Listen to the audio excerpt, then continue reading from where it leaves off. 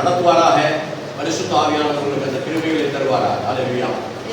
വചനത്തിന്റെ അടിസ്ഥാനത്തിൽ ദൈവം നമ്മളെ ഓരോരുത്തരെയും വഴി നടത്തിട്ട് ദൈവം നമ്മളെല്ലാവരെയും അനുഗ്രഹിക്കട്ടെ. பிரச்சனைகளின் மத்தியிலையும் நாம் ஒருவேளை தேவனை அறியாமல் போனாலும் தேவன் நம்மை நேசிக்கிறார். அல்லேலூயா. പ്രതിസന്ധികളുടെ മധ്യത്തിൽ നമ്മൾ ചിലപ്പോൾ ദൈവത്തെ അറിയാതെ പോയാലും ദൈവം നമ്മളെ സ്നേഹിക്കുന്നു. அல்லேலூயா. தேவன் எல்லோரையும் நேசிக்கிறார்.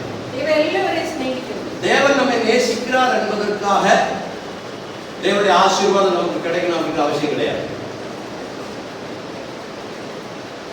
தேவன் நம்மை நேசிக்கிறார் என்பதற்காக ദൈവം നമ്മളെ സ്നേഹിക്കുന്നു എന്നുകൊണ്ട് தேவனுடைய ஆசீர்வாதத்தை நாம் பெற்றுக்கொள்ள வேண்டும் அப்படின்னு அவசியம் இல்லை. ദൈവത്തിന്റെ അനുഗ്രഹം നമ്മൾ പ്രാപിക്കണമെന്ന് ആവശ്യമില്ല. ஆமென். வசனம் சொல்கிறது யாரும் கெட்டு போகாமல் நித்திய ஜீவனை பெற்றுக்கொள்ள வேண்டும் என்று தேவன் ஆசைப்படுகிறார். ആരും നശിച്ചു പോകാതെ നിത്യജീവൻ പ്രാപിക്കണമെന്ന് ദൈവം ആഗ്രഹിക്കുന്നു. ஆமென். அது தேவனுடைய ஆசை. அவருடைய சுபாவம் அப்படி இருக்கிறபடினால அவர் என்ன செய்கிறார்? எல்லோரும் நல்லா இருக்கணும்னு நினைக்கிறாங்க. ദൈവത്തിന്റെ ആഗ്രഹം അങ്ങനെ ആയിക്കൊണ്ട് ദൈവം ആഗ്രഹിക്കുന്ന എല്ലാവരും നല്ലതായിരിക്കണം. ஆமென். உங்க வீட்ல வந்து ரெண்டு பிள்ளைகள் இருக்குன்னு வச்சுங்களேன். നിങ്ങളുടെ വീട്ടിൽ രണ്ട് മക്കളുണ്ടെന്ന് വിചാരിച്ചു. நீங்க என்ன நினைப்பீங்க? சரி, ஒருத்தர் நல்லா இருந்தா சரி, இன்னொருத்தர் எப்படி போனாலும் சரி அப்படின்னு நினைப்பீங்களா? നമ്മൾ അങ്ങനെ ആരെങ്കിലും വിചാരിക്കും ഒരാൾ ശരിയായാൽ മതി മറ്റേ ആൾ നശിച്ചു പോകണം. சொல்லுங்க. நம்ம யாராவது நினைப்போமா? ആരും അങ്ങനെ വിചാരിക്കത്തില്ല. யாரும் நினைக்க மாட்டோம். ரெண்டு பிள்ளைகள் நல்லா இருக்கணும் தான் நம்ம நினைப்போம். രണ്ട് പിള്ളേരുണ്ടെങ്കിൽ രണ്ടുപേരും നല്ലതായിരിക്കണമെന്ന് നമ്മൾ ആഗ്രഹിക്കുന്നു. ஆக ரெண்டு பிள்ளைகள் நல்லா இருக்கணும் அப்படின்றதுக்காக நம்ம என்ன செய்றோம்? அவர்களுக்கு நல்ல காரியங்களை கற்றுக் கொடுக்கிறோம். അവർ നല്ലതായിരിക്കണമെന്ന് വിചാരിച്ച് നമ്മൾ അവർക്ക് നല്ല കാര്യങ്ങൾ പറഞ്ഞു കൊടുക്കും. ஆமென். ஆனா நல்ல காரியம் கற்றுக் கொடுக்கிற பொழுது அந்த பிள்ளை என்ன செய்யணும்? ഇത് നമ്മൾ നല്ല കാര്യങ്ങൾ മനസ്സിലാക്കി കൊടുക്കുമ്പോൾ അവർ എന്നാ ചെയ്യണം? പിള്ളേർ அதை கற்றுக்கொள்ள வேண்டும். അത് മനസ്സിലാക്കും. எங்க ஊர்ல பெரியகுளத்துல நாங்க இருக்கிறப்போ வந்து ஒரு ஃபேமிலி இருந்தாங்க. எங்க அப்பாவுடைய ஃப்ரெண்டு ஃபேமிலி. നമ്മൾ താമസിക്കുന്നിടത്ത് പെരിയകുളത്ത് ഒരു ഫാമിലി അയൽവക്കത്ത് எங்க அப்பாவுடைய ஃப்ரெண்ட் அவர். എൻ്റെ പപ്പയുടെ കൂട്ടുകാരൻ. அவருக்கு வந்து 8 ஆம்பளை பிள்ளைங்க. അവർക്ക് 8 ആൺപിള്ളേരായിരുന്നു. அது ஒரு பெரிய பையன் ரெண்டாவது பையன். രണ്ടാമത്തെ മകൻ. பெரிய பசங்கள்ல ரெண்டாவது பையன்.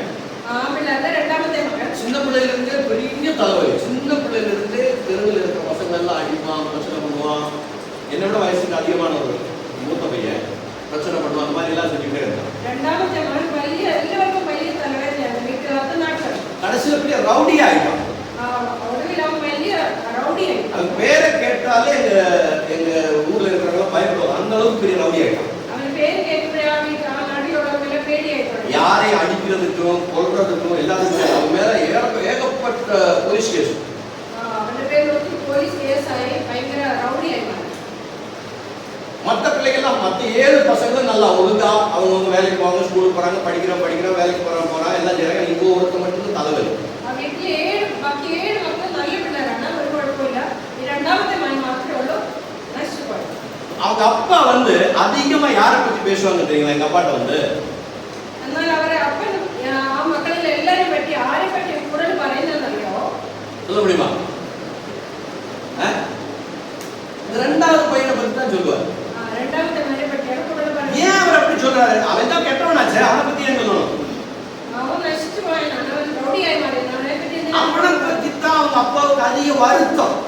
அவனை பற்றியான കൂടുതൽ അവന്റെ അപ്പന് വിചാരം. பாருங்க, மற்ற பிள்ளைகள்லாம் பெரிய பையன் வேலை பார்க்கறா, மூணாவது பையன் வேலை பார்க்கறா, நான் இருக்கிறப்ப நாலாவது பையன் என் கூட படிச்சாரு. எனக்கு மூத்தவங்க 3 பேர். அவங்க எல்லாம் வேலை பார்க்கறாங்க, மற்ற பசங்க எல்லாம் படிக்கிறாங்க. இவர் ஒருத்தர் தான் ஸ்கூலுக்கு போல எதுவும் செய்யல, ரவுடியா தெரிஞ்சாரு. இன்னொரு விஷயம் என்ன செஞ்சாரு தெரியுங்களா? ബാക്കി എല്ലാവരും നല്ല പഠിക്കുന്ന പിള്ളേരാണ്, ജോലി ചെയ്യുന്നവരാണ്. എന്നാൽ ഈ രണ്ടാമത്തെ മാത്രമേ ഉള്ളൂ ഇങ്ങനെ ആയിപ്പോയത്. எங்க சர்ச் அங்க கட்டி இருந்தப்போ வந்து இந்த சர்ச் வந்து இந்த ஓலை மேய்ஞ்சிருக்கு மேல. முதல்ல அப்படிதான் மண்ணு பித்தியை கட்டி ஆரம்பத்தில் அந்த இடத்த வாங்கி சர்ச் ஸ்டார்ட் பண்றப்போ இடையில வந்து மரத்தூணை போட்டுட்டு மண்ணில் வந்து செவரு, அது கிராமங்களில் இருக்கிறவங்க தான் தெரியும். மண்ணில் செவரை கட்டிட்டு மேலே வந்து கூரை, நடுவில் ஒரு தூண் மாதிரி போட்டு மேலே கூரை, அப்படிதான் சர்ச் பண்ணிருக்கு. ആരംഭത്തിലെ ഞങ്ങളുടെ ഗ്രാമത്തിലെ ചർച്ച് മണ്ണ് കൊണ്ടുണ്ടാക്കിയിട്ട് മേളിൽ ഓലയുണ്ടായിട്ട് ഒരു ചർച്ചായിരുന്നു. அதை வந்து சர்ச் அங்கே நடக்கக்கூடாது அப்படின்றதுக்காக இந்த பையன்கிட்ட காசு கொடுத்து அவனுக்கு சாராயத்தை வாங்கி கொடுத்துட்டு அந்த ராத்திரியில் வந்து அந்த சர்ச்சுக்கு தீ வச்சது. ആ എന്തോ ചെയ്തു ഈ റൗഡി ആയിരുന്ന കയ്യിൽ പൈസ കൊടുത്തിട്ട് ആ ചർച്ച് കത്തിച്ച് കളയാനായിട്ട് பாதிக்கு மேல வரைக்கும் சூடா எரிஞ்சு போச்சு. ஏன்னா ஓலை இல்லைங்களா, மேல ஓலை பெய்ஞ்சிருக்கிறதுனால நல்லா வெயில் நேரத்தில் ஓலை நல்லா காஞ்சி கடற்கடா நீங்க லைட்டா ஒரு தீ ஒரு பொறி விழுந்தா போதும், படி அப்படியே ஏறி பத்திக்கிறோம். வெயில் சமயமாയിരുന്നു, ஓலையெல்லாம் உணங்கி இருந்த சமயமாയിരുന്നു, பெட்ரோல் பத்தொன்பது சமயம். அந்த அளவுக்கு பயங்கர மோசமான ஒரு அண்ணனா இருந்தார். எனக்கு அண்ணன் என்னமா அண்ணன் தான் கூடுவார். அப்படியே போல பயங்கர ரோடித்தரம் நடிക്കുന്ന ஒராளாയിരുന്നു. ஆனா எங்களை என்ன அப்பாவை அவங்க அப்பாவோட எங்க அப்பா பார்த்து பயங்கர பயம், பயங்கர ரெஸ்பெக்ட் அவருக்கு. ரவுடி ஆயிருந்த சமயத்தும் அவருக்கு பப்பாயை காட்டுறது எந்த பப்பாயை அவங்களுக்கு பேடியா. எங்க அப்பா கூட்டு சுட்டி எல்லாம் வாங்கி கொடுத்து ஏன்டா இப்படி பண்ற, அவங்க அப்பாவுக்கு ஏன்டா இப்படி குத்தம் பண்றது அப்படின்னு எங்க அப்பா அடிக்கடி விசாரிச்சு சொல்லுவாரு, பேசுவாரு. ஏதாவது கொஞ்சம் பேசினா ஒரு வாரத்துக்கு நல்லா இருக்கும். அப்ப திருப்பி போய் தண்ணி அடிச்சு திருப்பி அப்படிப்பட்ட ஒருவன் அவரை பற்றி தான் எப்பவுமே அவங்க அப்பாவுக்கு வந்து கவலை. அதே மாதிரி தான் தேவனுக்கும் தேவனை சரியானபடி தெரிந்து கொள்ளாதவர்களை பற்றின ஒரு கவலை தேவனுக்கு இருக்கு. നമ്മുടെ ദൈവത്തിനും ദൈവത്തെ അറിയാത്തവരെ പറ്റി അല്ലെങ്കിൽ നശിച്ചു പോകുന്നവരെ പറ്റിയാണ് കൂടുതൽ വിചാരം. ஏன் அப்படின்னு கேட்டீங்கன்னா, ஆண்டவர் வந்து நமக்கு எல்லா ஆசீர்வாதங்களையும் இந்த பூமியில கொடுத்திருக்கிறார். ദൈവം നമുക്ക് എല്ലാ അനുഗ്രഹങ്ങളെയും ഭൂമിയിൽ തന്നിട്ടുണ്ട്. அந்த ஆசீர்வாதங்களை பெற்றுக்கொண்டு நாம் இந்த பூமியில வாழ வேண்டும் என்பதுதான் தேவனுடைய சித்தம். ആ അനുഗ്രഹങ്ങളൊക്കെ പ്രാപിച്ച് ഭൂമിയിൽ ജീവിക്കണമെന്നാണ് ദൈവത്തിന്റെ அந்த ஆசீர்வாதங்களை பெற்றுக்கொண்டு நாம் வாழ்கிற பொழுதுதான் தேவனுக்கு மகிமை உண்டாகும். அவருடைய நாமம் வந்து மற்ற இடங்களில் வந்து பெருமையாக பேசப்படும். അങ്ങനെയുള്ള അനുഗ്രഹങ്ങൾ നമ്മൾ പ്രാപിച്ച് ദൈവത്തിന് നല്ല അനുഗ്രഹങ്ങൾ പ്രാപിച്ച് ദൈവത്തിന്റെ നാമത്തിനെ മഹത്വപ്പെടുത്തുമ്പോഴാണ് ദൈവം നമ്മളെ പറ്റി നല്ലതായി ചിന്തിക്കുന്നത്. யோவானின் சுவிசேஷம் 15வது அதிகாரத்துக்கு வாங்க. യോഹന്നാൻ എഴുതിയ സുവിശേഷം അതിന്റെ 15ാം അധ്യായം 8வது வசனம். അതിന്റെ 8ാം അധ്യായം. Gospel of John chapter 15 verse 8. இந்த கண்களை கொடுப்பதனா என் பிதா மகிமை படுவார். எனக்கு சீஷராய் இருக்கிறது. பாத்தீங்களா, நீங்கள் மிகுந்த கனிகளை கொடுப்பதனால் என்ன நடக்கும்? பிதாவாகிய தேவன் மகிமைப்படுவார், அவர் சந்தோஷப்படுவார். அது மட்டுமல்ல, நீங்கள் ஆண்டவருடைய இயேசுவுடைய சீடர்கள் என்று தெரிய வருவீர்கள். നിങ്ങൾ വളരെ ഫലം കായ്ക്കുന്നതിനാൽ എൻ്റെ പിതാവ് മഹത്വപ്പെടുന്നു.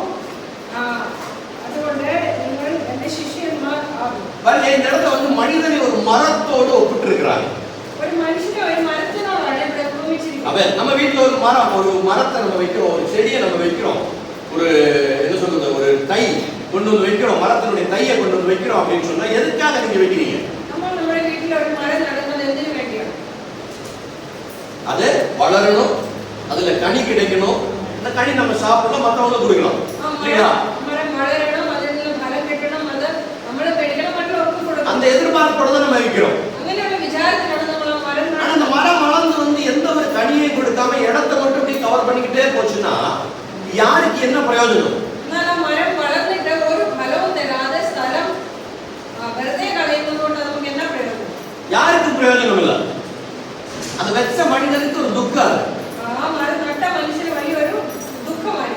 ஆண்டவன் என்ன சொல்கிறார் அப்படின்னு சொன்னீங்கன்னா, நீங்கள் அதிகமாக பலன் கொடுக்க வேண்டும். நான் தேவன் தான் இவரை பாருங்க, நீங்கள் அதிக பலன் காய்க்கணும். சரிங்களா? நீங்க நார்மல் பலன் கொடுத்தா பத்தாது.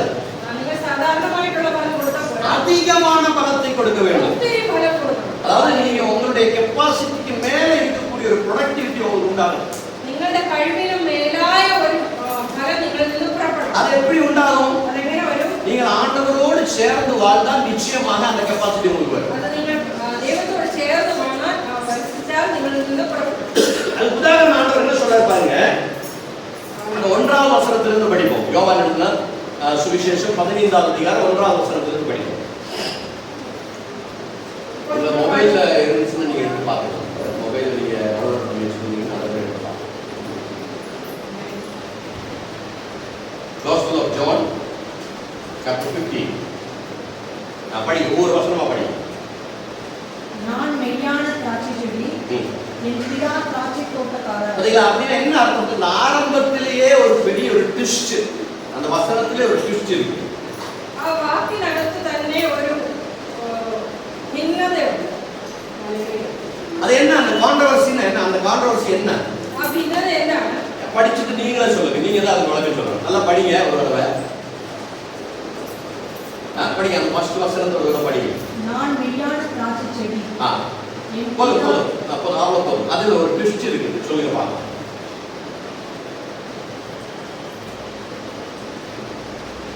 சொல்லுங்க. ഞാൻ സാക്ഷാൽ മുന്തിരി വള്ളി. അതിനകത്തൊരു ഭിന്നതയുണ്ട്. എന്താണ്? മനസ്സിലായോ? വായിച്ചു.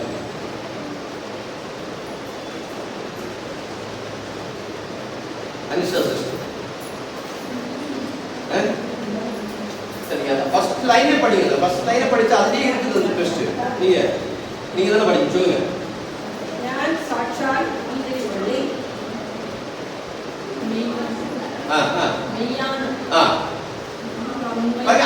அந்த ஆண்டவர் அங்க சொல்றாரு, ஒரு திராட்சை செடியை காட்டி அவர் என்ன சொல்கிறார்? திராட்சை செடியை உபமையாக வைத்து ஒரு போதனை கொடுக்கிறார். ஆண்டவர் இயேசு கிறிஸ்து ஒரு போதனை கொடுக்கிறார். മുന്തിരി വള്ളിയെ കാണിച്ചിട്ട് യേശു ക്രിസ്തു അതിന് ഒരു ഉപമയെ പറയുക. என்ன போதனை? நான் படிங்க. நான் மெய்யான திராட்சை செடி. நான் சாட்சால் ஒரு முந்திரி வள்ளி. அப்படின்னா என்ன அர்த்தம்? ரெண்டு விதமான திராட்சை செடி இருக்குன்னு அர்த்தம். അതിനർത്ഥം രണ്ട് തരത്തിലുള്ള മുന്തിരി വള്ളികളുണ്ട്. ഒന്ന് மெய்யான திராட்சை செடியும், இன்னொன்னு முந்திரி வள்ளி மெய் அல்லாத உண்மை அல்லாத திராட்சை செடி இருக்கு அப்படின்னா ഒന്ന് നല്ലതല്ലാത്ത മുന്തിരി വള്ളി, കാട്ടു മുന്തിരി. அல்லேலூயா. பாத்தீங்களா? ஒரே செடி, ஆனா அந்த செடிக்குள்ளே வந்து ரெண்டு வெரைட்டி இருக்கு. அது பேரு கேட்டா ஒண்ணாണ് முந்திரி வள்ளி ஒண்ணாണ്.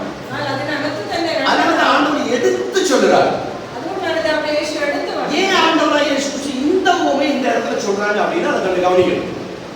ഈ ഉപമയുള്ള പറഞ്ഞതിന്റെ ഉദ്ദേശം എന്താണെന്ന് മനസ്സിലാക്കണം. இஸ்ரவேல் என்று சொல்லக்கூடிய தேசத்துல வந்து அவர்களுக்கு 3 விதமான இன்கம் சோர்ஸ் இருக்கு. இஸ்ரேல் என்ற தேசத்தை அവിടുത്തെ ആളുകൾക്ക് 3 തരത്തിലുള്ള വ്യവസായം. அவரோட மெயினான ரெவென்யூ இன்கம் என்ன அப்படின்னா 3 விதமான இன்கம். அவരുടെ மெயின் ஆയിട്ടുള്ള വരുമാന മാർഗ്ഗം എന്നാൽ 3 തരത്തിലുള്ള വരുമാനം. ஒண்ணு என்ன அப்படின்னு கேட்டீங்கன்னா ஒலிவு.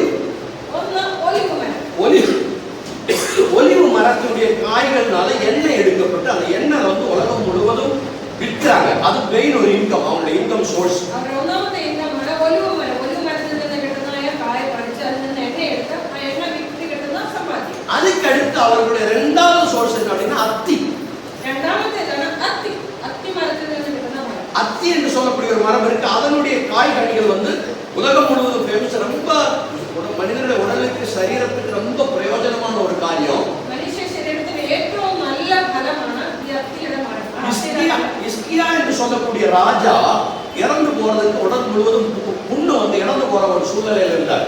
നമ്മൾ വചനത്തിൽ വായിക്കുന്നുണ്ട് എസെക്കിയാവ് എന്ന് പറയുന്ന രാജാവ് മരിച്ചുപോയി. ദേഹം മുഴുവനും കുഷ്ഠം വന്നു, പുണ്ണ് വന്നിട്ട് മരിച്ചുപോയി. அவர் வந்து ஆண்டவருக்கு நல்ல காரியங்கள் எல்லாம் செஞ்சாரு. ஆனா என்ன பண்ணாருன்னா அவர் தப்பு பண்ணிட்டாரு. அவர் தேவன் வந்து அந்த அவருடைய ஆலயத்துக்குள்ள தேவனுடைய ஆலயத்துக்குள்ளேயும் இஸ்ரவேல் ராஜாக்களுக்கு இருந்த மகிமை எல்லாம் வந்து பாபிலோன் என்று சொல்லக்கூடிய ராஜ்யத்திலிருந்து வந்த ஒற்றர்களுக்கு இவர் எல்லாத்தையும் வெளிப்படுத்தி கொடுத்தார். ഇവരെ ചെയ്ത തെറ്റെന്താണെന്ന് ചോദിച്ചാൽ അവരെ ബാബേലിലുള്ള രാജാക്കന്മാർക്ക് ഇസ്രായേലിലെ മഹിമകളെല്ലാം പറഞ്ഞു കൊടുത്തു. அப்ப என்ன நடந்துச்சு அப்படின்னு கேட்டீங்கன்னா, அந்த ஒற்றர்கள் போய் அங்க இருக்கக்கூடிய ராஜாட்ட, பாபிலோன்ல இருக்கக்கூடிய ராஜாட்ட, இஸ்ரவேல் ராஜ்யத்தை மாதிரி ஒரு நல்ல ராஜ்யமே கிடையாது, அவ்வளவு தங்கம், அவ்வளவு வெள்ளி, அவ்வளவு பொண்ணு, அவ்வளவு செழிப்பான ஒரு நாடு அப்படின்னு சொல்லி பெருமை பேசிட்டாங்க. അപ്പോൾ ഈ പറഞ്ഞു കൊടുത്ത കാര്യങ്ങളെല്ലാം ഇവർ പോയി അവിടെ ബാബിലോണിലെ രാജാവിനെ പറഞ്ഞു കൊടുത്ത് ഇവിടെ ഏറ്റവും നല്ല ദേശമാണ്, സ്വർണ്ണമുണ്ട്, വെള്ളിയുണ്ട്, മറ്റ് ധാന്യങ്ങളുണ്ട് എന്നൊക്കെ പറഞ്ഞു കൊടുത്തു. அந்த நேரத்துல தான் இஸ்கியாவுடைய சரீரத்துல வந்து வியாதிப்படுறாரு. இது പറഞ്ഞു கொடுத்தது மூலம் எசேக்கியா ராஜாவுடைய சரீரம் முழுவதும் வியாதி. இது ஒரு ஆவிக்குரிய அர்த்தம் நீங்க புரிந்து கொள்ள வேண்டும். இதுல ஒரு ஆத்மீய அர்த்தம் உண்டு. உங்களுடைய ஆவிக்குரிய ஆசீர்வாதங்களுடைய பேஸ் இருக்கு இல்லீங்களா? ஆசீர்வாதத்தோட பேஸ் வந்து அவிசுவாசிகளுக்கு நீங்க சொல்லக்கூடாது.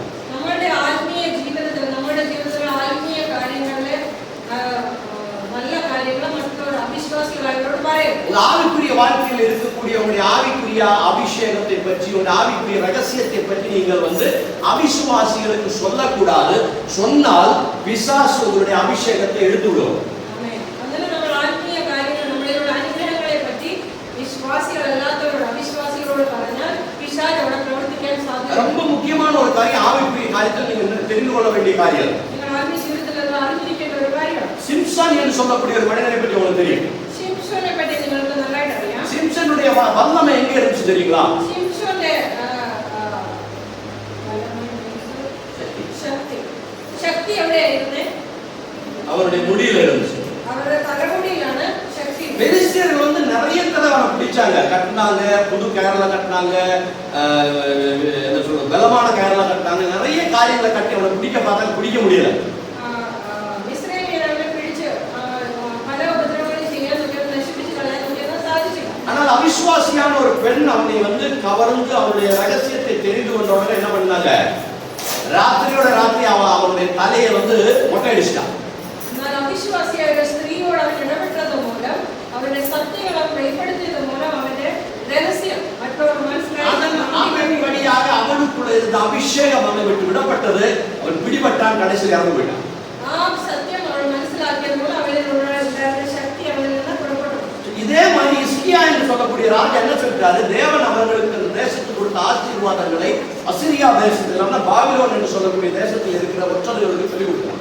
അതുപോലെ തന്നെ ഈ എസെക്കിയ രാജാവ് എങ്ങനെയാണ് ചെയ്തത്, തന്റെ രാജ്യത്തിന്റെ അനുഗ്രഹങ്ങൾ മറ്റുള്ളവരോട് പറഞ്ഞത് മൂലം അവൻ രോഗത്താൽ ബാധിക്കുന്നു. அதனால அவனுடைய மகிமை, தேசத்துடைய மகிமை அவனை விட்டு போய்விட்டது. അതുകൊണ്ട് ആ ദേശത്തിന്റെ അനുഗ്രഹങ്ങൾ അവനെ വിട്ടുപോയി. ஆனால் அவன் ஆண்டவருக்கு கீழ்ப்படிந்து பயமுள்ளவனா இருந்தான். அறியாமல் செஞ்ச தவறு பயமுள்ளவனா இருந்தபடினால தேவன் வந்து அவனை மரணத்திலிருந்து விடுதலை செய்தார். എന്നാൽ അവൻ അറിയാതെ ചെയ്ത തെറ്റായിരുന്നു മൂലം ദൈവം അവനെ വിടുവിച്ചു. தீர்க்கதரிசி மூலமா நீ செத்து போயிரு, அவனுடைய வீட்டு காரியங்களை ஒழுங்கு பண்ணிக்க அப்படின்னு சொல்றாரு. ഭവിഷ്യ വക്താവ് മൂലം സംസാരിച്ച്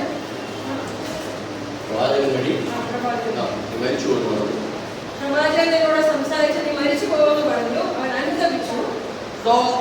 அவர் என்ன பண்ணாரு, தேவ சமூகத்தில் உட்கார்ந்து அழுத உடனே ஆண்டவர் அவனுடைய ஆயுள் நாட்களை 15 வருஷம் எக்ஸ்டென்ஷன் பண்ணி கொடுத்தார். അവൻ അനുദപിച്ചത് മൂലം കർത്താവ് 15 വർഷം കൂടെ അവന്റെ ആയുസ് നീട്ടിക്കൊടുത്തു. அப்ப அதுக்கு கொடுத்த ஒரு பெரிய மருந்து என்ன அப்படின்னு கேட்டீங்கன்னா, അതിന് കൊടുത്ത ഏറ്റവും നല്ല മരുന്ന് എന്നാണ് இந்த அத்தி அடைகள், அத்தி பழங்களை காய வைத்து ட்ரை ஃப்ரூட் மாதிரி வச்சிருப்பாங்க. അത്തിപ്പഴത്തെ ഉണക്കി വെച്ചിട്ടു.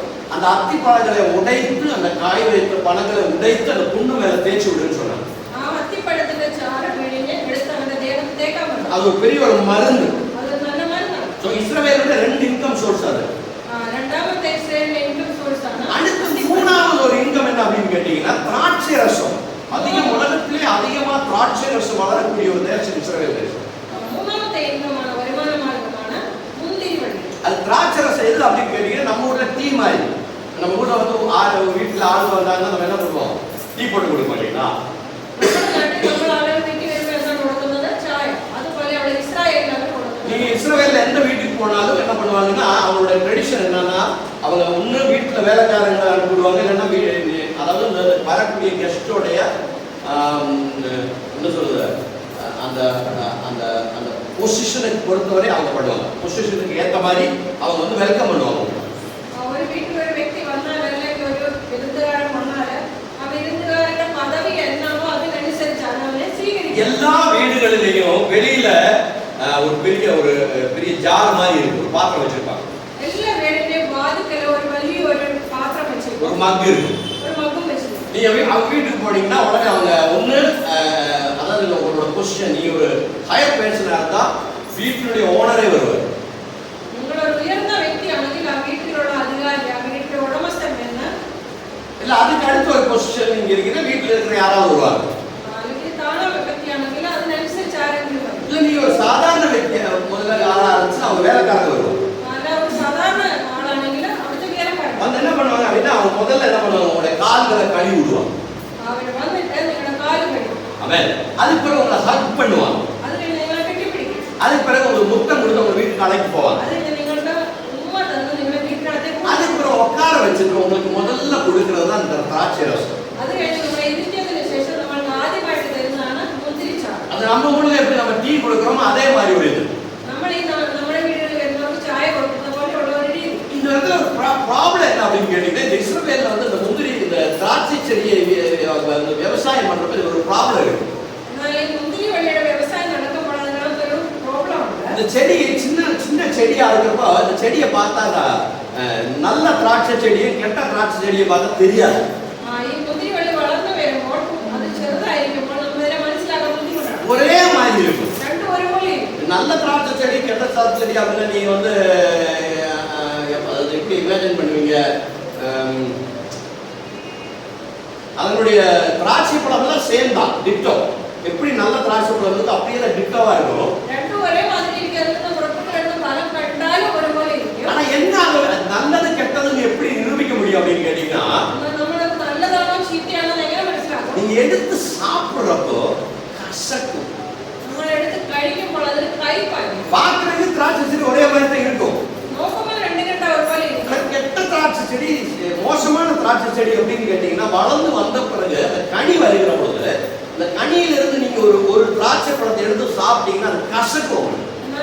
അതിന്റെ ഫലം വന്നു കഴിയുമ്പോൾ അതിന് ഒരു ഫലം എടുത്ത് കഴിക്കുമ്പോൾ അത് കഴിക്കുന്നതാണ്. அந்த கசக்காத திராட்சை செடி இருக்கு, அதுதான் நல்ல திராட்சை செடி. എന്നാൽ കഴിക്കാത്ത മധുരമുള്ള ഫലമാണ് അതാണ്. அது இனிமையை தரும். അത് നല്ല മധുരമുള്ളതാണ്. உங்களுடைய சரீரத்துக்கு புஷ்டியை கொடுக்கும். നമ്മുടെ ശരീരത്തിന് നല്ല താക്കത്ത് തരും. அது உங்களுக்கு ஆரோக்கியத்தை கொடுக்கும். നമുക്ക് നല്ല താക്കത്ത് ആവശ്യം. இதுதான் திராட்சை ரசத்துடைய ஸ்பெஷாலிட்டின்னு சொல்றோம். ഇതാണ് മുന്തിരി വള്ളി മുന്തിരി ചാറിന്റെ പ്രത്യേകത. இந்த ஆண்டவர் வந்து அந்த ஜனங்களுக்கு விளக்குகிறார். യേശുക്രിസ്തു ഇത് മറ്റുള്ളവർക്ക് പറഞ്ഞു കൊടുത്തു. நான் மெய்யான திராட்சை செடியாக இருக்கிறேன். ഞാൻ സാക്ഷാൽ നല്ല മുന്തിരി വള്ളി. உண்மையான திராட்சை பழம் நான் தான். நல்ல முந்திரி வள்ளி நான். படிங்க, அடுத்த வருஷத்தை படிங்க. என்னுடைய பிதா தோட்டக்காரர். என் பிதா திராட்சை தோட்டக்காரர். அப்ப அந்த ஒரு ஒரு ஒரு ஒரு ஒரு என்ன சொல்றது, வட்டிகம், ஒரு தோட்டம். தோட்டம். தோட்டம் மாதிரி நினைச்சு உலகத்தை முழுவதும் ஒரு தோட்டமாக, ஒரு கற்பனையாக ஆண்டவர் அதை நமக்கு வெளிப்படுத்தி ஒரு பெரிய ஒரு தத்துவத்தை வெளிப்படுத்தி கொடுக்கிறார். ஒரு பெரிய ஒரு தோட்டம் ஆயிட்டான நம்ம இந்த பூமியை தேவன் காணிக்கிறது. அவன் தோட்டத்துக்குள்ள நல்ல செடிகளும் இருக்கு, கெட்ட செடிகளும் இருக்குது. ഈ തോട്ടത്തിനുള്ളിൽ നല്ല ചെടിയുമുണ്ട്, ആകാത്ത ചെടിയുമുണ്ട്. ஆமென். ஆண்டவர் சொல்றாரு, இந்த நல்ல செடி கெட்ட செடி எப்படி தெரிஞ்சுக்கணும்னா, நானே மெய்யான திராட்சை செடி. ഈ നല്ല ചെടി എങ്ങനെയാണെന്ന് നമുക്ക് എങ്ങനെ മനസ്സിലാക്കാൻ പറ്റും? യേശുക്രിസ്തു പറയാണ്, ഞാനാണ് നല്ല മുന്തിരി വള്ളി. அப்படின்னு என்ன அர்த்தம் அப்படின்னு கேட்டீங்கன்னா, இந்த பூமியில வந்து ஆசீர்வாதத்தை மனிதன் பெற்றுக்கொள்ளும்படியாக, நன்மைகளை பெற்றுக்கொள்ளும்படியாக என் மூலமே அல்லாமல் நீங்கள் மற்றவைகள் மூலமா பெற்றுக்கொள்ள முடியாது அப்படின்னு அதோட அர்த்தம். അതിനർത്ഥം എന്താണെന്ന് ചോദിച്ചാൽ യേശുക്രിസ്തു പറയാണ്, എന്നെ കൂടാതെ നിങ്ങൾക്ക് ഈ ഭൂമിയിൽ നന്മ പ്രാപിക്കാൻ കഴിയത്തില്ല. இன்னொரு உதாரணம் உங்களுக்கு அதை வெளிப்பட முடியாது சொல்றேன். உலகத்துல வந்து ரெண்டு வழி இருக்கு. ഈ ഭൂമിയിൽ രണ്ട് വഴിയുണ്ട്. இல்லைங்களா? ரெண்டு வழி இருக்கு. ஒரு வழி ஸ்ட்ரைட்டான வழி, ഒന്ന് നേരെയുള്ള വഴി, இன்னொரு வழி குறுக்கு வழி.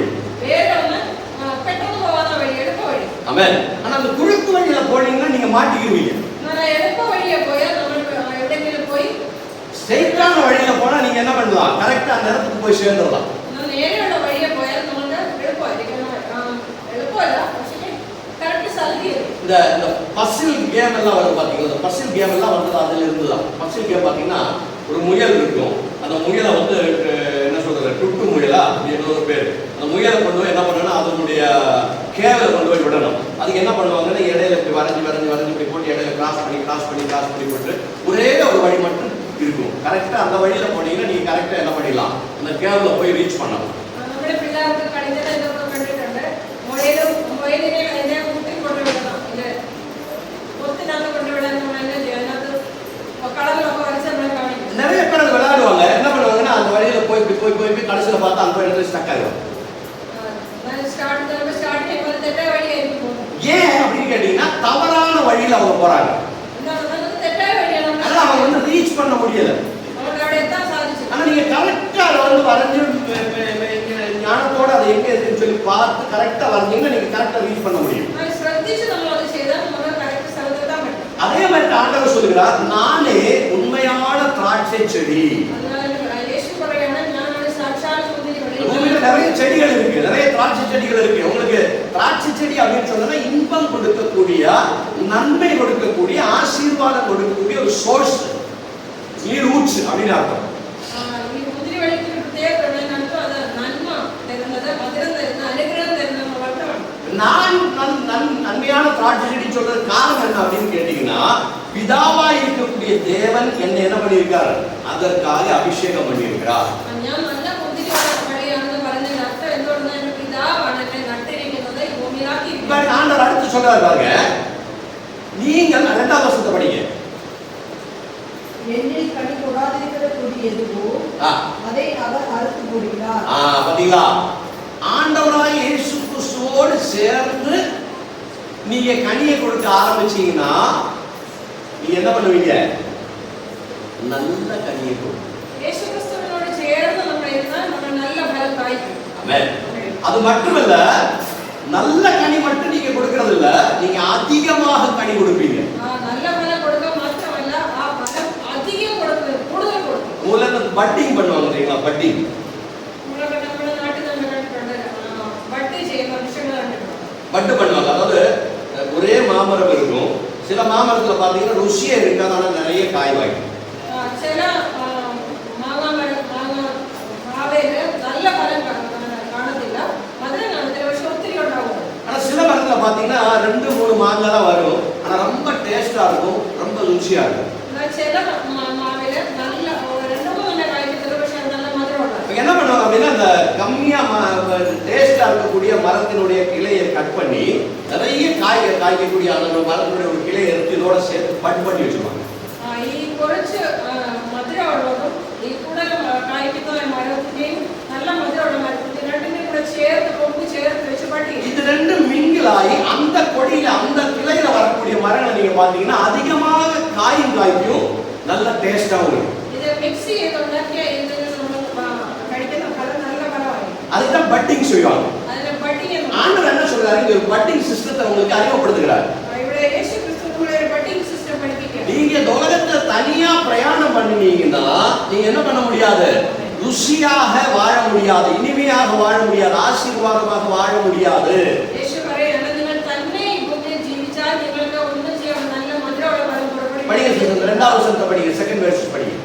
என்னில் கனி கொடாதிருக்கிற கொடி எதுவோ அதை அவர் அறுத்து போடுகிறார். பாத்தீங்களா? என்னில் கனி கொடுக்காமல் இருக்கக்கூடிய கிளைகளை என்ன பண்ண? அறுக்கப்பட்டு போகும், அறுக்கப்பட்டு போகும், அவர்களுக்கு ஆசீர்வாதங்கள் கிடைக்காமல் போகும்.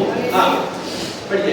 கனி கொடுக்கிற கொடி எதுவோ அது அதிக கனிகளை கொடுக்கும். ஆனா நீங்க ஆண்டவரோடு சேர்ந்து வாழ நினைத்து அதற்காக தீர்மானத்தை எடுத்து நீங்க நடக்க ஆரம்பிச்சீங்கன்னா, യേശുവിനോട് ചേർന്ന് നിങ്ങൾ ജീവിക്കാൻ തുടങ്ങി ആരംഭിച്ചാൽ உங்களை இன்னும் அதிகமாக கனி கொடுக்கும்படியாக, இன்னும் அதிகமாக ஆசீர்வதிக்கும்படியாக அவர் என்ன பண்ணுவார்? உங்களை வெளிப்பாக்குவார். നിങ്ങൾക്ക് ഇനിയിപ്പോൾ അധികം ഫലം കായ്ക്കേണ്ടതിന് ദൈവം നിങ്ങളെ വെട്ടി വിട്ടുകൊണ്ടിരിക്കുക, അല്ലെങ്കിൽ ശക്തിയാക്കി ഫലം കായ്ക്കേണ്ടതായി. 4ஆம் வசனத்தை படிங்க. 4 verses 4. என்னில் நிலைத்திருங்கள், நானும் உங்களில் பாத்தீங்களா? நிலைத்திருக்கிறேன். என்னில் நிலைத்திருங்கள். എന്നിൽ വസിക്കുവിൻ. நான் முதல்ல சொன்னேன், ஆண்டவருக்கு இந்த உலகத்துல இருக்கிற எல்லாரும் நல்லா இருக்கணும்னு ஆசை. ദൈവത്തിന് നമ്മുടെ ഈ ഭൂമിയിലുള്ള എല്ലാവരും നല്ലതായിരിക്കണമെന്നാണ് ആഗ്രഹം. ஆனா கண்டிஷன் இருக்கு, சும்மா ஆண்டவர் ஆசீர்வதிக்க மாட்டார். എന്നാൽ അതിന് ഒരു കണ്ടീഷൻ ഉണ്ട്. கண்டிஷன் என்ன அப்படின்னு கேட்டீங்கன்னா, ആ കണ്ടീഷൻ എന്താണ്? கண்டிஷன் என்ன அப்படின்னு கேட்டீங்கன்னா, ஒரு நாணயத்துக்கு ஒரு பணத்துக்கு வந்து 2 முகம் இருக்கு. ഒരു സിക്കയ്ക്ക് 2 മുഖമുണ്ട്. காயினா இருக்கட்டும், பணமா இருக்கட்டும், இதுக்கு என்ன இருக்குது? 2 ஃபேஸ் இருக்கு, 2 முகம் இருக்கு. അതിന് 2 സൈഡ് ഉണ്ട്, 2 സൈഡ്. இல்லீங்களா? இந்த ஒரு ஃபேஸ் இந்த இடத்த வந்து நீங்க ஒரு பெயிண்ட் எடுத்தோ இல்லைன்னா ஒரு கெமிக்கலை போட்டு நீங்க அழிச்சிட்டு கடையில கொண்டு இப்படி திருப்பி கடையில கொண்டு கடைக்காரனுக்கு கொடுக்குறீங்கன்னு வச்சுங்க, 200 ரூபாயா ஒரு 5 கிலோ சீனி கொடு, சக்கரை கொண்டு அப்படின்னு சொல்றீங்கன்னு வச்சுக்கோங்களேன். നിങ്ങൾക്ക് ഒരു സൈഡിലെ പെയിന്റ് തേച്ചിട്ടുണ്ടെങ്കിൽ എന്തെങ്കിലും കെമിക്കൽ തേച്ച് അതിന്റെ സൈഡ് ഉരച്ചു കളഞ്ഞിട്ട് ഒരു കടയിൽ കൊണ്ടുവന്ന് എന്തെങ്കിലും വാങ്ങിക്കാൻ കൊടുത്താൽ அவன் அதை வாங்கி இப்படி திருப்பி பார்த்து இந்த இடத்துல வந்து அந்த வேல்யூ இல்லைன்னா அந்த இது இல்லைன்னு வச்சுங்களேன், இது என்ன ஆகும்? കടക്കാരൻ കൊണ്ടുപോയിട്ട് ഒരു സൈഡിലെ ഒന്നും ഇല്ലായ്മ വെച്ചു. உங்களுக்கு வந்து நீங்க வாங்கக்கூடிய பொருள் கிடைக்காம சொல்லி செல்லாத காசு வேற கொண்டு வாங்க. അവർ പറയും ഇത് ചലിക്ക് തരാൻ വേറെ പൈസ കൊണ്ടുവരാൻ പറയും. சரி, நீங்க என்ன பண்ணீங்க? இந்த சைடு தான் அழிச்சீங்க. இந்த பக்கம் வேல்யூ இருக்குது, 200 எழுதி இருக்கு. ஆனா இந்த பக்கம் வேல்யூ இருந்தத, அது மட்டும் இல்ல, நான் என்ன சொல்றது, அந்த லாங்குவேஜ் எழுதப்பட்டிருக்குது. ஒரு அது என்ன நோட் அப்படின்றதுக்கான சில படங்கள் அந்த மாதிரி இருக்குது. ஓகே, இதைத்தான் நீங்க அழிச்சு இதை வச்சுட்டு வேல்யூ அழிச்சுட்டு கொண்டு போய் கொடுக்கலாம்.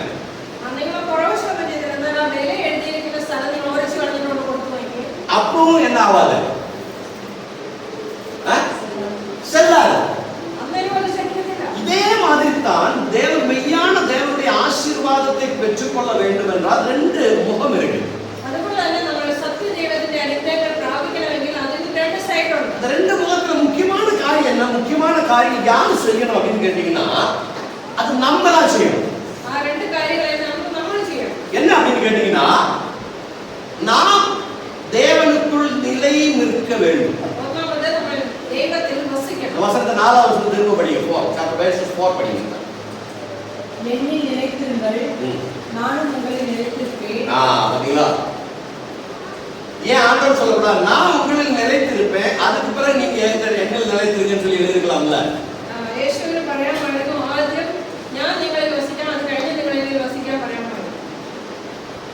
சொல்ல புரியுதுங்களா? அங்க அப்படி எழுதிருக்கலாம்ல, நான் உங்களுக்குள்ள வாசம் பண்றேன், அதுக்கு பிறகு நீங்க எனக்குள்ள வாசம் பண்ணுங்க அப்படின்னு சொல்லலாம்ல ஆண்டவர்?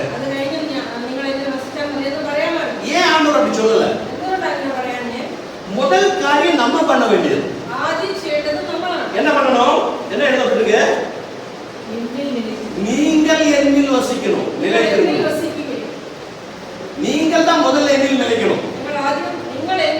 நம்ம ஆண்டவரில் நிலை நிற்கிற பொழுது தேவன் நம்மில் என்ன பண்ணுவார்? நிலை நிற்கும். இன்னொரு உதாரணத்தை கூட நான் பைபிள் எடுத்து சொல்லி சீக்கிரமா வாங்க. ஓல்டு டெஸ்டமென்ட்க்கு போங்க. அது வந்து ஆதியாகமம் ஃபர்ஸ்ட் புக் சாப்டர் 12. ஆதியாகமம் 12ஆம் அதிகாரம் சாப்டர் 12.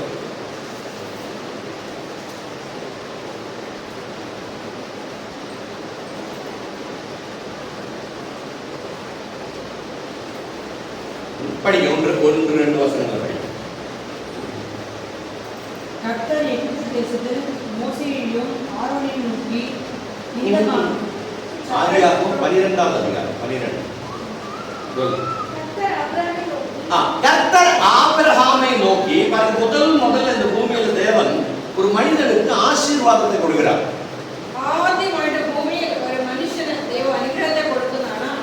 தேவர்களை தேடிக்கொண்டிருந்த ஒரு மனிதன், அவர் வந்து உண்மையான ஒரு தேவனை அவருக்கு தெரிய வருத்த பொழுது அந்த தேவன் அவர்களுக்கு ஆசீர்வாதத்தை கொடுக்கிறார். அந்த ஆசீர்வாதம் கிடைக்கணும்னா கண்டிஷன் இருக்கு. சும்மா கிடைக்காத ஆசீர்வாதம். அதான் நான் சொன்னேன், ஒரு நாணயத்துக்கு ஒரு காயினுக்கு ரெண்டு பக்கமும் வேல்யூ இருக்கு. அந்த ரெண்டு வேல்யூ ஒரே மாதிரி இருந்தா தான் அந்த பணத்துக்கு வேல்யூ வரும். அதே போல ஆண்டவருடைய ஆசீர்வாதத்தை நாம் பெற்றுக்கொள்ள வேண்டும் என்றால் முதல்ல நாம் சில காரியங்களை செய்யணும். முதல்ல வந்து 2ஆவது வசனத்தை படிக்கிறது. முதல் வசனத்தை அப்புறமா படிக்கலாம். ஃபர்ஸ்ட் நம்ம வெர்ஸ் 2 படிக்கணும்.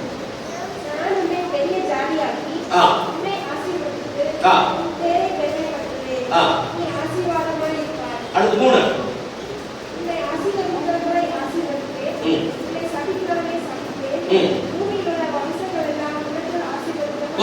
எவ்வளவு பெரிய ஒரு ஆசீர்வாதத்தை தேவன் ஆபிரகாம் என்று சொல்லக்கூடிய மனிதனுக்கு கொடுக்கிறார்.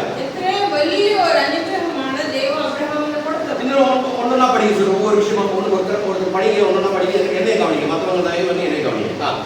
எத்தனை ஆசீர்வாதம் அவர் கொடுக்கிறார் பாருங்க. நான் உன்னை பெரிய ஜாதியாக்குவேன். Point number 1. இங்கிலீஷ்ல என்ன எழுதப்பட்டிருக்கு அப்படின்னா, I will make thee a great nation. பெரிய ராஜ்யமாக உன்னை மாற்றுவேன். ஓகே, அடுத்து உன்னை ஆசீர்வதித்து உன் பெயரை பெருமைப்படுத்துவேன். இரண்டாவது பாயிண்ட் அப்படின்னா என்னது? and make thy name great. உன்னுடைய பெயரை பெருமைப்படுத்துவேன். அடுத்து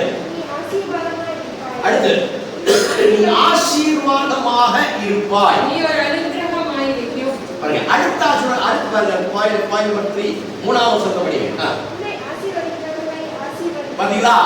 உன்னை ஆசீர்வதிக்கிறவர்களை நான் ஆசீர்வதிக்கிறேன். നിന്നെ അനുഗ്രഹിക്കുന്നവരെ ഞാൻ അനുഗ്രഹിക്കും. ஆபிரகாமை யார் ஆசீர்வதிக்கிறாங்களோ அவங்கள தேவனும் ஆசீர்வதிப்பார். അതിനർത്ഥം അബ്രഹാമിനെ ആരെല്ലാം അനുഗ്രഹിക്കുന്നോ അവരെല്ലാം അനുഗ്രഹിക്കും. அடுத்த வசனத்தை எல்லாம் கவனிங்க. அப்படியே உன்னை சபிக்கிறவர்களை நான் சபிப்பேன். നിന്നെ ശപിക്കുന്നവരെ ഞാൻ ശപിക്കും. அப்போ ஒரு தேவனுடைய பிள்ளையை நாம் சபித்தால் போடா அப்படின்னு சொன்னா, இல்லைன்னா அவன் கனம் பண்ணாம இருந்தா தேவன் நம்ம மேல என்ன பண்ணுவாரு? அவருடைய கோபத்தை வெளிப்படுத்துவார். ദൈവത്തിന്റെ മനുഷ്യപുത്രനെ, ദൈവത്തിന്റെ ദാസനെ ആരെങ്കിലും ശപിക്കുകയോ എന്തെങ്കിലും ചെയ്താൽ അവർക്ക് ശാപം വരണം. தேவனால் ஆசீர்வதிக்கப்பட்டவர்களை என்ன பண்ண வேண்டும்? ஆசீர்வதிக்க வேண்டும். ദൈവത്താൽ അനുഗ്രഹിക്കപ്പെട്ടവരെ നമ്മൾ അനുഗ്രഹിക്കണം. அடுத்தவர் பூமியிலுள்ள வம்சங்களெல்லாம் பாத்தீங்கன்னா இந்த பூமியில இருக்கக்கூடிய எல்லா வம்சங்களும் all families, எல்லா குடும்பங்களும் ஆசீர்வதிக்கிறதுக்கு தேவன் ஆபிரகாமுக்குள் ஆசீர்வாதம் வச்சிருக்கார். ഈ ഭൂമിയിലുള്ള എല്ലാ കുടുംബങ്ങളും അനുഗ്രഹിക്കപ്പെടേണ്ടതിനായിട്ട് ആദ്യമായിട്ട് ദൈവം അനുഗ്രഹിച്ചാണ് അബ്രഹാം. இப்படிப்பட்ட ஒரு ஆசீர்வாதத்தை இந்த பூமியில பெற்றுக்கொண்ட ஒரு மனிதனும் கிடையாது. there is no great leaders, எந்த விதமான ஒரு தலைவர்களும் இந்த பூமியில அப்படி ஒரு ஆசீர்வாதத்தை பெற்றவர்கள் கிடையாது. അനുഗ്രഹം പ്രാപിച്ച ഒരു അധികാരി, ഒരു നേതാവിനെ നമ്മൾ ഈ ഭൂമിയിൽ കാണാൻ പറ്റില്ല. ஆனா ஆபிரகாம் ஒரு கண்டிஷன். എന്നാൽ അബ്രഹാമേ നിനക്ക് ഒരു കണ്ടീഷൻ ഉണ്ട്. என்ன கண்டிஷன்? ആ കണ്ടീഷൻ அதான் 1வது வசனத்துல இருக்கு. திரும்ப 1வது வசனத்துல பாருங்க. അതാണ് ഒന്നാമത്തെ വചനത്തിൽ പറഞ്ഞിരിക്കുന്നത്. கர்த்தர் ஆபிரகாமை நோக்கி, நீ உன் தேசத்தையும் உன் இனத்தையும் உன் தகப்பனுடைய வீட்டை விட்டு புறப்பட்டு நான் உனக்கு காண்பிக்கும் தேசத்துக்கு போ. பாத்தீங்களா? ആമേൻ. இதுதான் ஒரு செப்பரேஷன். வசனத்தில் எழுதியிருக்கிற இங்க வந்து பிசிக்கலி மீனிங் எடுத்துக்கிட்டா தவறா போயிடும். ഇത് നമ്മൾ ഭൗതികമായി അല്ലെങ്കിൽ ശാരീരികമായിട്ട് എടുത്താൽ നമ്മളിത് തെറ്റിപ്പോകും. பிசிக்கல் மீனிங் என்ன? இதோட மீனிங் என்ன? അതിന്റെ ലോകപരമായ അതിന്റെ അർത്ഥം എന്താണ്? உன்னுடைய தேசத்தை நீ விட்டுறணும். നിന്റെ രാജ്യം ദേശം വിടണം, உன்னுடைய இனத்தை நீ விட வேண்டும். നിന്റെ ജനത്തെ വിടണം, உன்னுடைய அப்பா அம்மாவை எல்லாம் நீ விட்டுறணும். നിന്റെ അപ്പനെ അമ്മയെ ഉപേക്ഷിക്കണം. இது நடக்கிற காரியமா? இது செய்யலாமா? അങ്ങനെ ചെയ്യാമോ? அப்புறம் அதனுடைய அர்த்தம் என்ன? അതിന്റെ അർത്ഥം എന്താണ്? அதனுடைய அர்த்தம் இவ்வளவுதான். You should change your mind. നീ നിന്റെ വിചാരങ്ങൾ മാറ്റണം. ஆமென். உன்னுடைய நினைவுகளை, சிந்தனைகளை நீ என்ன பண்ணணும்? மாற்ற வேண்டும். നിന്റെ സ്വഭാവം അല്ലെങ്കിൽ നിന്റെ വിചാരങ്ങൾ നീ മാറ്റണം. அதுக்கு நீ என்ன பண்ண வேண்டும்? അതിന് നീ എന്നാ ചെയ്യണം? 15வது வசனத்தை நம்ம படிச்சோம். எனக்குள் நீங்கள் நிலைத்திருங்கள். അതാണ് നമ്മളിപ്പോ യോഹന്നാൻ എഴുതിയ സുവിശേഷത്തിൽ വായിച്ചത്. എന്നിൽ വസിക്കുകയും. ஆமென். இயேசு கிறிஸ்துவுக்குள் நிலைத்திருக்கிற பொழுது நம்முடைய சிந்தனைகள் மாற ஆரம்பிக்கும். യേശുവിൽ നിൽക്കുമ്പോൾ അല്ലെങ്കിൽ യേശുവിൽ നമ്മൾ വസിക്കുമ്പോൾ നമ്മുടെ ചിന്തകൾ മാറും. உலக பிரகாரமா நம்ம வாழ்ந்துகிட்டு இருந்தோம், நம்ம சிந்தனைகளுக்கு மாற்றம் வராது. ഈ ഭൂമിക്ക് അനുസൃതമായി നമ്മൾ ചിന്തിച്ചാൽ നമ്മുടെ ചിന്തകൾ മാറത്തില്ല. இயேசு கிறிஸ்துவுக்குள் நிலை நின்றால் நம்முடைய சிந்தனைகளுக்கு மாற்றம் வரும். யோவான் 15 திருப்பி வந்திருக்கேன். യേശുവിൽ വസിച്ചാൽ നമ്മുടെ ചിന്തകൾ മാറും. பாருங்க. 4வது வசனத்தை திரும்ப படிங்க. എന്നിൽ വസിക്കുവിൻ, ഞാൻ നിങ്ങളിലും വസിക്കും. കൊമ്പിന് മുന്തിരിവള്ളിയിൽ വസിച്ചിട്ടല്ലാതെ സ്വയമായി കായ്ക്കുവാൻ കഴിയാത്തതുപോലെ എന്നിൽ വസിച്ചിട്ടല്ലാതെ നിങ്ങൾക്ക് കഴിയുകയില്ല. தமிழ்ல படிங்க. என்னில் நிலைத்திருங்கள், என்னில் நிலைத்திருங்கள். நானும் உங்களில் பாத்தீங்களா? நிலைத்திருப்பேன். ஆபிரகாம் என்ன சொல்றாரு? ஒரு பெரிய ஆசீர்வாதமா அதை மாற்றுவேன். அது 2வது வசனத்துல இருந்தா. நம்ம முதல் வசனம் என்ன? You should change your attitude, your mind. അബ്രഹാമിനെ അനുഗ്രഹിക്കാമെന്ന് പറഞ്ഞപ്പോൾ ആദ്യം എന്താണ് പറഞ്ഞത്? നീ സ്വയമായി മാറണം. Then only I can bless you. അത് കഴിയുമ്പോൾ ഞാൻ നിന്നെ நான் உன்னை ஆசீர்வதிப்பேன், நிச்சயமா ஆசீர்வதிப்பேன். ഞാൻ നിന്നെ അനുഗ്രഹിക്കുന്നു. அது டவுட்டே கிடையாது. അതിലൊരു സംശയം. ஆனா அந்த ஆசீர்வாதத்தை நீ பெற்றுக்கொள்ள வேண்டும் என்றால் உன்னுடைய attitude நீ சேஞ்ச் பண்ணணும். എന്നാൽ ആ അനുഗ്രഹം നീ പ്രാപിക്കണമെങ്കിൽ നിന്റെ ചിന്തകൾ വഴികൾ அதான் இங்கே சொல்லுது, எனக்குள் வாசம் பண்ணுங்கள். അതാണ് പറഞ്ഞത്. നീ എന്നിൽ വസിക്കുവിൻ, அப்பொழுது நான் உங்களுக்குள் வாசம் பண்ணுவேன். അപ്പോൾ ഞാൻ നിന്നിൽ വസിക്കും. அடுத்த வசனம் படிங்க சிஸ்டர் 4. என்னில் நிலைத்திருங்கள், நானும் உங்களில் நிலைத்திருப்பேன். அடுத்த வசனம். நானே திராட்சை செடி, நீங்கள் கொடிகள். ஒருவன் என்னிலும், பாத்தீங்களா? ஒருவன் என்னிலும், நான் அவனிலும் நான் அவனிலும் படிச்சுட்டு வாங்க. நிலைத்திருந்தால் நிலைத்திருந்தால் அவன் மிகுந்த அவன் கனிகளை மிகுந்த கனிகளை கொடுக்க முடியும். ஆமென். ஒருவன் என்னிலும் நான் அவனிலும் வசித்தால் அவன் வளர பலன் காய்க்கும். ஆமென். ஹalleluya. ஆண்டவராகிய இயேசு கிறிஸ்துவுக்குள் நாம் தொடர்ந்து நிலை நின்றால் மட்டுமே நாம் என்ன பண்ண முடியும்? மிகுந்த கனிகளை கொடுக்க முடியும். നമ്മൾ യേശുവിൽ വസിച്ചാൽ മാത്രമേ നമുക്ക് വളരെ കൂടുതൽ ഫലം കഴിക്കാൻ കഴിയൂ. ஓகே, அடுத்த வசனத்தை படிங்க. 5 6 ஒருவன் என்னில் நிலைத்திராவிட்டால் அதுக்கு அடுத்த பாயிண்ட் சொல்றாரு. ஒருவன் எனக்குள் நிலைத்திராவிட்டால் வெளியே எரிந்த கொடியைப் போல வெளியே எரியுண்ட கொடியைப் போல அவன் எரியுண்டு உலர்ந்து போவான். ആമേൻ. എന്നിൽ വസിക്കാത്തവനെ ഒരു കൊമ്പ് പോലെ പുറത്തു കളഞ്ഞിട്ട് அவன் எரிந்து உலர்ந்து போவான். அப்படிப்பட்டவைகளை சேர்த்து அக்கினியிலே போடுகிறார்கள், அவைகள் எரிந்து போகும். இது என்ன தெரியுது? ஆவிக்குரிய அர்த்தம் இருக்கு. ഇതിനൊരു ആത്മീയ അർത്ഥമുണ്ട്. ஆண்டவராய் இயேசு கிறிஸ்துவோடு சேர்ந்து நீங்கள் கனி கொடுத்து வாழ்ந்தால் நீங்கள் அதிகமாக கனி கொடுக்கும்படியாக மீண்டும் மீண்டும் ஆசீர்வதிக்கப்பட்டுட்டே இருப்பீங்க. നിങ്ങൾ യേശുക്രിസ്തുവിനോട് ചേർന്ന് ജീവിച്ചാൽ നിങ്ങൾ കൂടുതൽ ഫലം കായ്ക്കേണ്ടതിന് ദൈവം നിങ്ങൾക്ക് കൂടുതൽ അനുഗ്രഹങ്ങൾ തന്നുകൊണ്ടേയിരിക്കും. ஆனால் இயேசுவோடு சேர்ந்து வாராமல் இருந்தால் எப்படி ஒரு செடியானது அந்த செடியை கட் பண்ணி நம்ம பார்க்குற ஊர்ல எல்லாம் வந்து ஆங்கன் என்ன சொல்ற முற்றத்துல வந்து அந்த புல்கள் எல்லாம் வளர்ந்துருக்கிறோம். நம்ம அந்த புல்லெல்லாம் என்ன பண்றோம்? கட் பண்ணி ஒரு மூலையில போட்டுறோம். നമ്മുടെ നാട്ടിൽ കണ്ടാൽ നമ്മുടെ വീട്ടിലെല്ലാം പുല്ല് വളർന്നു വരും. മഴയൊക്കെ പെയ്യുമ്പോൾ പെട്ടെന്ന് പുല്ല് വളർന്നു വരും. അതെല്ലാം കട്ട് ചെയ്ത് നമ്മൾ ഉള്ളത് തീയിടാൻ വേണ്ടി ഉണങ്ങാനിടും. கட் பண்ணி போட்ட புல் என்ன ஆகும்? കട്ട് ചെയ്തിട്ട് ചെടി പുല്ല് എന്നായി പോകും? காஞ்சி வரும். ഉണങ്ങി പോകും. அதே மாதிரி ஆண்டவராய் இயேசு கிறிஸ்துவோடு சேர்ந்து வாழாமல் இருக்கக்கூடிய மனிதர்களுடைய வாழ்க்கையில் என்ன ஆகும் அப்படின்னா, எப்படி ஒரு மரம் ஒரு செடி காய்ந்து போயிருக்கிறதோ அது போன்ற ஒரு சூழ்நிலையில அவங்க இருப்பாங்க. അതുപോലെ യേശുക്രിസ്തുവിൽ വസിക്കാത്ത ഒരു വ്യക്തിയിൽ ഈ കട്ട് ചെയ്തിട്ട പുല്ല് പോലെ ഉണങ്ങി പോകുന്നുണ്ട്. ஆமென். அதுக்கு பிறகு அவர்கள் என்ன பண்ணுவாங்க? எப்படி தீயில எரியப்பட்டு சாம்பலாக மாறி விடுகிறது போல அவர்களுக்கு நித்திய ஜீவனும் போயிடும். അതുപോലെ ആ ഉണങ്ങിയ പുല്ല് നമ്മൾ കത്തിച്ച് കളയുന്നത് പോലെ യേശുവിൽ വസിക്കാത്ത ജീവിതവും അതുപോലെ കരിയുമോ നിത്യജീവനും. உங்களுக்கு ஒரு கேள்வி வரலாம். என்ன பிரதர் நீங்க சொல்றீங்க அப்படிங்க? இயேசு கிறிஸ்துவுக்குள் நிலைத்திருங்கள் எப்படி இயேசு கிறிஸ்துவுல நிலைத்திருக்கிறது? നിങ്ങൾക്ക് ചോദ്യം ചോദിക്കാൻ സാധിക്കും, യേശുക്രിസ്തുവിൽ എങ്ങനെയാണ് വസിക്കേണ്ടത്? அதுக்கு அவர் பதில் சொல்றாரு. 7வது வசனத்தை படி. 7 verse 7. நீங்கள் என்னில் எப்படி இயேசு கிறிஸ்துவுக்குள் நிலைத்திருக்க முடியும்? இப்ப பட்டு மரத்தினுடைய பட்டை நான் உங்களுக்கு உதாரணமா சொன்னேன். மரம் மரத்துல கட் பண்ணி அதை ஒட்ட வைக்கலாம். மனிதனை எப்படி கட் பண்ணி ஒட்ட வைக்கலாம்? முடியுமா? ഒരു വൃക്ഷമായിട്ട് നമുക്ക് കട്ട് ചെയ്ത് ഒട്ടിക്കാൻ പറ്റും. முடியாது. മനുഷ്യനെ എങ്ങനെ ഒട്ടിക്കാൻ പറ്റും? மனிதனை வந்து மரமாக ஒரு உவமையாக சொல்லி இருக்கிறாங்க. ஆனா மனிதனாக வருகிற பொழுது மனிதனை நம்ம கையை காலை கட் பண்ணி இயேசு கையை காலை சேர்ந்து கட் பண்ணி ஸ்டிச் பண்ணி வைக்க முடியும். அப்படிங்கிறது அதோட அர்த்தம். அதோட அர்த்தம் என்ன அப்படின்னு கேட்டீங்கன்னா, இயேசு கிறிஸ்துவுக்குள் நாம் எப்படி நிலைத்து நிற்க முடியும் அப்படின்னு அதோட சரியான மீனிங் என்ன அப்படின்னு கேட்டீங்கன்னா 7வது வசனம் படி. நீங்கள் என்னிலும் வார்த்தைகள் உங்களிலும். பாத்தீங்களா? ஆண்டவராய் இயேசு கிறிஸ்துவினுடைய வார்த்தைகள், போதனைகள், அவருடைய டீச்சிங்ஸ் எப்படி இருக்கணுமா? நமக்குள்ள நிலைத்து இருக்க வேண்டும். യേശുക്രിസ്തുവിന്റെ വചനം നമ്മളിൽ വസിക്കണം. அப்பதான் நம்மளோட ஆட்டிட்யூட் மாறும். അപ്പോൾ നമ്മുടെ വിചാരങ്ങൾ മാറും. ஆமென். நம்மளுடைய ஆட்டிட்யூட் என்ன? നമ്മുടെ വിചാരങ്ങൾ എന്നാ? சொல்ல முடியுமா? நம்மளுடைய ஆட்டிட்யூட் என்ன? നമ്മുടെ பிரசங்கம் முடிஞ்சிருச்சு. இதை எக்ஸ்பிளைன் பண்ணிட்டு ஜெபம் பண்ணி முடியும். நம்மளுடைய ஆட்டிட்யூட் என்ன? നമ്മുടെ വിചാരങ്ങൾ ചിന്തകൾ എന്തുവാ? ஒரு உதாரணத்துக்கு சிஸ்டர் உமாவை சொல்றேன். அவங்க ஒரு பிசினஸ் பண்றாங்க. ഉദാഹരണത്തിന് ഞാൻ ഉമ്മ സിസ്റ്റർ പറയാണ്, അവര് ബിസിനസ് ചെയ്യാണ്. அவங்களுக்கு என்ன அப்படின்னா, பிசினஸ்க்கு என்ன தேவைப்படுது? ബിസിനസിന് என்ன ആവശ്യമുള്ള? பிசினஸோட ஃபவுண்டேஷன் என்னன்னு சொல்லுங்க. பணம். ബിസിനസ് ചെയ്യണമെങ്കിൽ അതിന് പൈസ വേണം. ஓகே.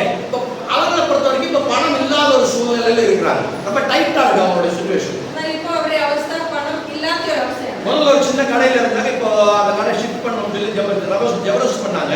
நான் ஜெபரஸ் பண்ணதா நினைக்கல. ஆண்டவர் நல்ல ஒரு கடையை கொடுத்தாரு. அப்படின்னா நான் என்னுடைய ஆட்டிட்யூட் நான் நினைக்கிறேன். നേരത്തെ ഒരു കൊച്ചു കടയായിരുന്നു, ഇപ്പോൾ ഇച്ചിരി വലിയൊരു കട കൊടുത്തു. முதல்ல இருந்த கடையோட டபுள் பெரிய கடை ஆண்டவர் கொடுத்தாரு. ഇപ്പോൾ നല്ലൊരു കട കിട്ടി. அவங்க பயந்து எடுத்து அந்த கடையை கூட எடுத்தாங்க. அந்த கடையில வந்து 4000 ரூபாய் வாடகை கொடுத்தா போதும், இந்த கடைக்கு வந்து 7500 ரூபாய் வாடகை கொடுக்கணும். டபுள் வாடகை டபுளா கொடுக்கணும். നല്ലൊരു പേടിച്ചിരിക്കുകയാണ്. നേരത്തെ ഉള്ള കടയ്ക്ക് 4000 കൊടുത്താൽ മതി, ഇപ്പോൾ 7000 കൊടുക്കണം. பாருங்க, அப்ப அந்த ஸ்டாக் எல்லாம் எடுத்து பொருள் எல்லாம் எடுத்து இந்த கடையில வச்சிருக்காங்க. கொச்சு கடையில இருந்த சாதனங்கள் எல்லாம் ஒட்டி பெரிய கடையை கொண்டு வச்சிருக்கேன். பெரிய கடையில சின்ன கடையில இருக்கிற சாமான் எடுத்து வச்சா எப்படி இருக்கு கடை? കുറച്ചുണ്ടായിരുന്ന സ്ഥലങ്ങളോട് വലിയൊരു സ്ഥലത്തോട് വെച്ച് എങ്ങനെ ഇരിക്കും? நிறைய இடம் காலியா இருக்கு. ഒത്തിരി ഇടം കാലിയായിട്ട് കിടക്കും. சின்ன கடையில கொஞ்சம் பொருள் தானே வைப்போம். அந்த பொருள் எடுத்து பெரிய கடையில கொண்டு வச்சிருக்கோம். அதே மாதிரி டபுள் கடையில கொண்டு வச்சிருக்காங்க. பொருட்கள் கம்மியா இருக்கு, இடம் இன்னும் நிறைய இருக்கு. അവിടെ സ്ഥലം ഒത്തിരി ഉണ്ട്, പക്ഷെ സാധനം ഇല്ല. அதை ஃபில் பண்ணணும்னா என்ன வேணும்?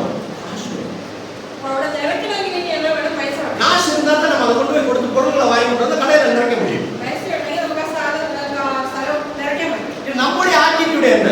നമ്മുടെ വിചാരം என்ன? இல்லைன்னா சிஸ்டர் உமாவுடைய அவருடைய ஹஸ்பண்டுடைய ஆட்டிடியூட் என்ன? உமா சிஸ்டர் അല്ലെങ്കിൽ ലക്ഷ്മൺ ബ്രദറിന്റെ വിചാരം என்ன? காசுக்கு நான் என்ன செய்ய முடியும்? காசு இல்லாத என்ன செய்ய ஐயோ முடியும்? என் கையில காசு இல்லையே. அந்த கை பைசா இல்லையோ? காசுக்கு நான் என்ன செய்ய முடியும்? காசு இல்லாத என்ன செய்ய முடியும்? இதுதான் நம்ம மனசுக்குள்ள இருந்து அப்படியே அளவிக்கிட்டே இருக்கணும். என்ன செய்ய முடியும், என்ன செய்ய முடியும், காசுக்கு நான் என்ன செய்ய முடியும்? நான் போய் கடை ஒருத்தர் வந்து நேற்று கூட அவங்கள்ட்ட பேசுனேன். ஒருத்தர் வந்து கடை வாங்குறாங்கன்னு வச்சுக்கோங்க, எனக்கு ஒரு 50,000 வேணுங்க அப்படின்னு சொல்லி கடை வாங்குறாங்க, ஒருத்தர் கொடுக்குறாரு வச்சுக்கோங்க உதாரணமா. നമ്മൾ പൈസ ഇല്ലാത്തത് പോലെ ചിലപ്പോൾ ചിലരോട് ചിലപ്പോൾ കടം വാങ്ങി എനിക്ക് 50,000 കടം ചോദിച്ചിട്ടില്ല. கொடுக்குறப்பவே அவங்க என்ன சொல்லி கொடுப்பாங்க? കൊടുക്കുമ്പോഴേ என்ன പറഞ്ഞിട്ടാ കൊടുക്കുന്നത്? சார் எனக்கு திடீர்னு ஏதாவது தேவை வந்துச்சுன்னா சீக்கிரமா கொடுத்துருங்க நீங்க அதை அப்படின்னு சொல்லி தான் கொடுப்பாங்க. എനിക്ക് എന്തെങ്കിലും ആവശ്യം വന്നാൽ ഞാൻ ചോദിക്കുമ്പോൾ തിരിച്ചു തരും. ஒரு வாரத்துக்குள்ள அவருக்கு ஒரு தேவை வந்துச்சுன்னு வச்சுங்களேன், அவருக்கு ஒரு 2 லட்சம் ரூபா 3 லட்சம் ரூபா தேவை இருக்கு. 2 ആഴ്ച കഴിഞ്ഞപ്പോഴത്തേനും പുള്ളിക്ക് ഒരു ആവശ്യം വന്നു. என்ன பண்ணுவார் அவரு? അവരെന്നാ ചെയ്യും? நேரா வந்து இவங்க கேட்பாங்க, சிஸ்டர் அன்னைக்கு கொடுத்தேன் இல்லைங்களா அந்த 50,000 ரூபா கொடுத்துருக்கீங்களா? நாளைக்கு கொடுங்க, நான் அந்த வாரம் கொடுங்க, ஒரு வாரத்துக்கு கொடுத்துருக்கேன், எனக்கு அவசரமா தேவைப்படுது அப்படின்னா. എനിക്ക് കുറച്ച് അത്യാവശ്യം വന്നതുകൊണ്ട് ഞാൻ തന്ന പൈസ എനിക്ക് തിരിച്ചു തരാൻ പറ്റുമെന്ന് ചോദിക്കും. இப்போ இவங்க என்ன பண்ணுவாங்க?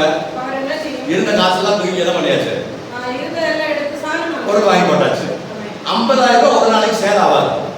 50,000ന്റെ சேல் അല്ലെങ്കിൽ அட்லீஸ்ட் ஒரு வாரம் 10 நாளாவது ஆகும் சேல் ஆகி வர்றதுக்கு. அது ஒரு ദിവസം കൊണ്ട് അത് ചെലവായി പോകും. இவருக்கு 2 நாளே வேணும். இவருக்கு 2 நாளே அந்த பணம் திருப்பி வேணும். இது 2 ദിവസം കഴിയുമ്പോഴേ പൈസ ചോദിച്ചു. எங்க கொண்டு போய் கொடுக்க முடியும்? அது எവിടെ கொண்டு கொடுக்கும்? நம்முடைய ஆட்டிடியூட், மனசுக்குள்ள ஒரு பயம் எப்படி நடக்கும் எப்படி நடக்கும் எப்படி நடக்கும் அப்படின்ற ஒரு பயம் நமக்குள்ள உண்டாகும். നമ്മുടെ ഉള്ളിൽ ഒരു വലിയൊരു ഭയം വന്നപ്പോൾ അത് എങ്ങനെ കൊടുക്കുമെന്ന്. ஆனா தேவனுடைய வார்த்தை உங்களுக்குள்ள நிலை என்றால், എന്നാൽ ദൈവത്തിന്റെ വചനം നമ്മുടെ ഉള്ളിൽ വസിച്ചാൽ அந்த டென்ஷன் உங்களுக்கு வராது. ആ പേടി നമ്മളിൽ വരത്തില്ല. ஏன் தெரியுமா? എന്തുകൊണ്ടാണ്? சின்ன கடையில எப்படியோ அட்ஜஸ்ட் பண்ணி ஓடிட்டு போலான்னு தான் இவங்க நினைச்சிட்டு இருந்தாங்க. ചെറിയ கடையில் എങ്ങനെയെങ്കിലും ഓടിച്ചോണ്ട് പോകാൻ വിചാരിച്ചിട്ടിരുന്നത്. ஆண்டவர் என்ன பண்ண, ஆண்டவர் நிறைய தடவை சொல்லியிருப்பார். நான் அப்படிதான் நினைக்கிறேன். இந்த பைபிளை நீங்க படிச்சு நான் ஆண்டவரோட சேர்ந்து நடந்ததை நான் சொல்லக்கூடிய காரியம் உங்களுக்கு புரியும். ദൈവത്തോട് ചേർന്ന് നടന്നാലേ നിങ്ങൾക്ക് ഞാൻ പറഞ്ഞ കാര്യം മനസ്സിലാക്കും. ஆண்டவருக்கு ஒரு ஸ்பெஷாலிட்டி இருக்கு, என்ன தெரியுங்களா? ദൈവത്തിന് ഒരു പ്രത്യേകതയുണ്ട്. நீங்க அவரோட சேர்ந்து வாழ ஆரம்பிச்சீங்கன்னா ദൈവത്തോട് ചേർന്ന് നമ്മൾ വസിക്കാൻ തുടങ്ങുമ്പോൾ அவருக்கு ஒரு നടക്കാൻ கெட்ட തുടങ്ങും. சுபாவம் இருக்கு. ஆண்டவருக்கு ஒரு கெட்ட சுபாவம் இருக்கு. ദൈവത്തിന് ഒരു കണ്ണ സ്വഭാവം. உங்களை எப்படியாவது ஆசீர்வதிச்சே தான் ദൈവം നമ്മളെ എങ്ങനെയായാലും അനുഗ്രഹിച്ചേ വിടത്തും. அதுபோல அவர் வந்து சாட்டிஸ்ஃபைட் ஆகும். അനുഗ്രഹിക്കാതെ ദൈവപ്പെടത്തില്ല. அது ஆண்டவரோட ஒரு கெட்ட சுபாவம். ദൈവത്തിന്റെ ഒരു കണ്ണ സ്വഭാവം. எப்படியாவது உங்களை ஆசீர்வதிச்சுதான் എങ്ങനെയെങ്കിലും നമ്മളെ അനുഗ്രഹിക്കണം. அந்த ஆசீர்வாதத்துக்குள்ள அவங்களை கொண்டு வரதுக்கு அவங்க தள்ளிக்கிட்டே இருப்பார். அதுதான் அவருடைய பெரிய ப்ராப்ளம். ആ അനുഗ്രഹത്തിൽ നമ്മളെ എത്തിക്കുന്നത് വരെ ദൈവം നമ്മളെ തള്ളിക്കൊണ്ടിരിക്കും. ஏதோ 4,000 எப்படியோ வண்டியை ஓட்டிட்டு போனா போதும் அப்படின்னு நினைச்சிட்டு இருந்தோடனே എങ്ങനെയും കോട്ട ബോധത്തോട് ചേർത്ത് ഇങ്ങനെ പോയിക്കൊണ്ടിരിക്കുകയാണ്. இவங்களை எப்படியாவது இங்கிருந்து வெளியேற்றி ஆசீர்வதிக்கணும் அப்படின்னு ஆண்டவர் நினைச்சார். എന്നാൽ ദൈവം വിചാരിച്ചാൽ ഇവരെ എങ്ങനെയെങ്കിലും ഒന്ന് അനുഗ്രഹിക്കണം. போன்னு சொன்னா இவங்க போக மாட்டாங்க, ஏன்னா பயம். அதான் பயம் கொடுக்கறதுக்கு முடியல. இது மாறி எங்கேயாவது பெரிய கடையில என்ன செய்யறது அப்படின்னு பயம். മാറാൻ പറഞ്ഞവർ മാറത്തില്ല. വലിയ കടയെടുത്ത് എങ്ങനെ വാടക കൊടുക്കുന്നു പേടിച്ച് പോകത്തില്ല. யாரை பிடிச்சா எப்படி வேலை நடக்கும்னு ஆண்டவருக்கு தான் தெரியும். அவர் அப்படிதான் பிடிப்பாரு. ആരെ പിടിച്ചാല് ആരോട് പറഞ്ഞാൽ ഈ കാര്യം നടക്കുമെന്ന് ദൈവത്തിന് നന്നായിട്ട് അറിയാം. லானோட பிடிச்சிட்டாரு. അതിന്റെ ஓனரை പിടിച്ചു. போட்ட உடனே அவன் வீட்டை அப்படின்ட்டாரு. എന്റെ വീട് വിടറാന്ന് പറഞ്ഞു. உடனே அவன் வீட்டை அப்படின்ட்டாரு. அவருடைய வீட்டை உடனே அப்படின்ட்டாரு. അവരുടെ വീടിനെ ഇടിച്ചു പണിയാൻ പറഞ്ഞു. அந்த வீடை உடைக்க ஆரம்பிச்சாரு. അവരത് ഇടിക്കാൻ തുടങ്ങി. உடைக்க ஆரம்பிச்சோன்னா வேற வழியே கிடையாது. വീട് ഇടിക്കുമ്പോൾ പിന്നെ മാറി எல்லா வழியும் அடைச்சிட்டாரு. എല്ലാ വഴിയും അടച്ചു. ஒரு வழியை மட்டும் திறந்து வச்சிட்டாரு. ഒരു വഴി തുറന്നു. எதிர்த்தாப்புல ஒரு பெரிய கடை. ഫ്രണ്ടില് വലിയ ഒരു കട. இப்ப நீ போவாங்க, നീ എവിടെ പോ? வழியில போயிட்டு ഇനിയിപ്പോ അവിടെ ഇരിക്കാൻ പറ്റത്തില്ല. இயேசுக்கு ஒரு ஸ்பெஷாலிட்டி என்ன தெரியுங்களா? യേശുവിന് ഒരു പ്രത്യേകതയുണ്ട്. நீ அவரோட நடந்தாலும் அந்த ஆசீர்வாதத்தை பெற்றுக்கொண்டே போவீங்க. നിങ്ങൾ യേശുവിനോട് ചേർന്ന് നടന്ന അനുഗ്രഹം പ്രാപിക്കും. தயங்கி தயங்கி நடக்க ஆரம்பிச்சாலும் உங்களை தள்ளி விட்டுட்டு ஆசீர்வதிப்பார். பதுக்க பதுக்க போயா നിങ്ങളെ യേശു തള്ളാൻ പോകും. இது நான் விளையாட்டுத்தனமா சொல்லல, என்னுடைய அனுபவத்திலிருந்து சொல்றேன். ഞാനിത് വെറുതെ പറയല്ല, എന്റെ അനുഭവത്തിൽ നിന്ന് പറയാം. அவருடைய கேரக்டர் உங்களை தேவன் ஆசீர்வாதத்தின் தேவன். ദൈവം അനുഗ്രഹത്തിന്റെ ദൈവമാണ്. ஆமென். உங்களுக்கு ஒரு பெரிய கடை ஆண்டவர் கொடுத்திருக்காருன்னா ദൈവം വലിയൊരു കടയെ തന്നെങ്കിൽ அந்த கடையை பத்தி நீங்க ஃபியூச்சர்ல போட்ட பிளானை விட அதிகமான பிளான் ஆண்டவர் வச்சிருக்காரு. ആമേൻ. നിങ്ങൾ വിചാരിക്കുന്നതിലും വലിയ വിചാരമാണ് ദൈവം അതിനെ പറ്റി വെച്ചിരിക്കുന്നത്. ஆமென். அந்த பிளானை வச்சுக்கிட்டு தான் ஆண்டவர் உங்களை நடத்துறாரு. ആ വിചാരം വെച്ചുള്ള ദൈവം നിങ്ങളെ ஒரு നടത്തും. வசனத்தை கூட எடுத்து படிச்சு முடிச்சிடலாம். ஏசாயா தீர்க்கதரிசியின் புத்தகம் 55வது அதிகாரம் நினைக்கிறேன். യെശയ്യാവിന്റെ പുസ്തകം அந்த ஒரு வசனத்தை கூட எடுத்து படிச்சு கொடுத்தீங்கன்னா ஆவியானவர் இன்னும் மனசுல கொடுத்தனால உங்களுக்கு சொல்றேன். യെശയ്യാവിന്റെ പുസ്തകം ചാപ്റ്റർ 55 55 ஏசாயா 55வது அதிகாரம். എന്റെ വിചാരങ്ങൾ നിങ്ങളുടെ വിചാരങ്ങളല്ല. அது எத்தனை வசனத்திலிருந்து 8 இல்லைங்களா? 8லிருந்து படி. 8. നിങ്ങളുടെ വഴികൾ എന്റെ വഴികളുമല്ല എന്ന് യഹോവ അരുളിച്ചെയ്യുന്നു. ആകാശം ഭൂമിക്ക് മീതെ ഉയർന്നിരിക്കുന്നത് പോലെ എന്റെ വഴികൾ നിങ്ങളുടെ വഴികളിലും എന്റെ വിചാരങ്ങൾ നിങ്ങളുടെ വിചാരങ്ങളിലും ഉയർന്നിരിക്കുന്നു. தமிழ்ல படிங்க. என் நினைவுகள் உங்கள் நினைவுகள் அல்ல. பாத்தீங்களா? இதுதான் நம்மளுடைய ஆட்டிட்யூட், நம்முடைய சிந்தனைகள் அல்ல தேவனுடைய சிந்தனைகள். നമ്മുടെ വിചാരങ്ങളും ചിന്തയും അല്ല ദൈവത്തിന്റെ. நம்முடைய சிந்தனை என்ன? നമ്മുടെ വിചാരം എന്നാ எப்படியோ போனா போதும். அரே എങ്ങനെയും പോയാൽ அதான் நம்ம சிந்தனை. அதுக்கு மேல நம்மளால சிந்திக்கவே முடியாது. അതിലും മുന്നോട്ട് നമ്മൾ ചിന്തിക്കത്തില്ല. வண்டி ஓடினா போதும்பா, എങ്ങനെയും പോട്ട് எப்படியோ போதும். சரி, இன்னைக்கு ஓடிச்சுல, இதே பெரிய காரியம். அப்பா பெரிய கிருபையை பாராட்டினானவரே, என்ன நடத்தியല്ലോ വലിയ കാര്യം, വലിയ കൃപ. നമ്മൾ പോയാൽ മതി. பிரச்சனை என்ன தெரியுங்க? நம்மளுடைய சிந்தனைகளால ஆண்டவருடைய வல்லமையை நம்ம குறைச்சிடும். നമ്മുടെ விசாரங்கள் மூலம் നമ്മുടെ ദൈവത്തിന്റെ ശക്തിയെ കുറയ്ക്കുകയാണ്. உண்மையில சத்தியமா நம்ம என்ன செய்றோம்? நம்ம சின்ன சின்ன சிந்தனைகளை வச்சுக்கிட்டு இந்த சின்ன சிந்தனைகளுக்குள்ளே நம்ம கடவுளை, நம்மளுடைய கடவுளை அதுக்குள்ள அடைச்சிடுறோம். നമ്മുടെ ചെറിയ വിചാരങ്ങൾക്കുള്ളിൽ നമ്മൾ വലിയ ദൈവത്തെ അടച്ചു വെക്കാൻ നോക്കുകയാണ്. ஆனா இந்த கடவுள் யாரு? ദൈവം ആര്? முழு உலகத்தையும் படைத்து ഈ മുഴുവൻ ഭൂമിയെ സൃഷ്ടിച്ച് அந்த உலகத்தை அவர் கையில வச்சிட்டு இருக்கிறார். ആ ഭൂമി സ്വന്തം കയ്യിൽ വെച്ചിരിക്കുന്നു. ஃபுட்பால் விளையாடுறவங்க கையில பால் வச்சிட்டு இருக்க மாதிரி. அந்த கடவுளை நம்ம என்ன செய்யறோம்னா நம்ம சின்ன சிந்தனைக்குள்ள கொண்டு வந்து அதுக்குள்ள வச்சு அடைச்சுடுறோம். നമ്മൾ എന്ത് ചെയ്യണം? അത്രയും വലിയ ദൈവത്തെ നമ്മുടെ ചെറിയ ചിന്തയ്ക്കുള്ളിലാക്കി അടയ്ക്കാൻ നോക്കണം. எப்படியோ ஓடுனா போதும் வண்டி. എങ്ങനെയും പോട്ടെ ഈ വണ്ടി. ஆண்டவர் சொல்லுங்க, எப்படியோ வண்டி ஓடுனா பத்தாதுப்பா, நீ நல்லா ஓடணும் வண்டி. ദൈവം പറയുന്നത് എങ്ങനെയും പോയാൽ പോരാ, നന്നായിട്ട് ഓടണം. இதான் நம்மளுடைய ஆட்டிடியூடுக்கு அவருடைய ஆட்டிடியூடுக்கு இருக்கக்கூடிய வித்தியாசம். ഇതാണ് നമ്മുടെ വിചാരം ദൈവത്തിന്റെ വിചാരം തമ്മിലുള്ള വ്യത്യാസം. ஆண்டவர் என்ன சொல்றாரு அப்படின்னா, நீ என்னுடைய ஆட்டிடியூடுக்கு வந்துடணும். ദൈവം പറയാണ് നീ എന്റെ വഴിക്ക് വാ. என்னுடைய ஆட்டிடியூடுக்கு நீ வந்தா தான் என்ன பண்ண முடியும்? நான் உன்னை ஆசீர்வதிக்க முடியும். നീ എന്റെ വിചാരങ്ങൾക്ക് അല്ലെങ്കിൽ എന്റെ വഴിക്ക് അനുസരിച്ച് വന്നാലേ നിനക്ക് പോകാൻ പറ്റും. இதுதான் நம்ம ஆதியாகமம் 12வது அதிகாரம் 1-2 வசனத்தை படிக்கிறோம். ஆபிரகாமை ஆசீர்வதிக்கணும் தேவனுக்கு ஆசை. ഇതാണ് നമ്മളിപ്പോ ഉൽപ്പത്തിയിൽ വായിച്ചത്. അബ്രഹാമിനെ അനുഗ്രഹിക്കണമെന്ന് ദൈവത്തിന് ഭയങ്കര ஆபிரகாமை ஆசீர்வதிக்க ஆண்டவர் முதல் சொன்ன வார்த்தை என்ன தெரியுமா? உன்னை நான் பெரிய ஜாதியாக மாற்றுவேன் அப்படின்னாரு. ദൈവം ആദ്യം പറഞ്ഞത് ഞാൻ നിന്നെ വലിയ ജാതിയാക്കും. உண்மையிலே ஆபிரகாம் சிரிச்சிருப்பாரு கேட்ட உடனே. അത് കേട്ടപ്പോഴേ അബ്രഹാം ചിരിച്ചു. ஏன் தெரியுங்களா? എന്തുകൊണ്ടാ? பாருங்க, மனிதன் ஒரு ஜாதியாக மாறணும்னா என்ன வேணும்? ഒരു മനുഷ്യൻ വലിയൊരു ജാതിയായിട്ട് മാറണമെങ്കിൽ എന്നാ വേണം? வாரிசு வேணும் இல்லைங்களா? என்னே ஆண்டவர் நான் பெரிய ஜாதியாக அப்படின்னு நான் விசுவாசிப்பேன். எனக்கு ஆல்ரெடி 2 பிள்ளைகள் இருக்கு.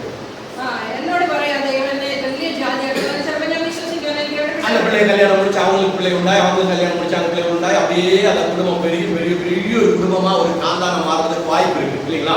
எனக்கு விசுவாசம் வரும். ஆனா ஆபிரகாமுக்கு ஆண்டவர் இந்த வாக்குத்தத்தத்தை சொல்றப்ப அவருடைய மனைவி மலடியா இருந்தா.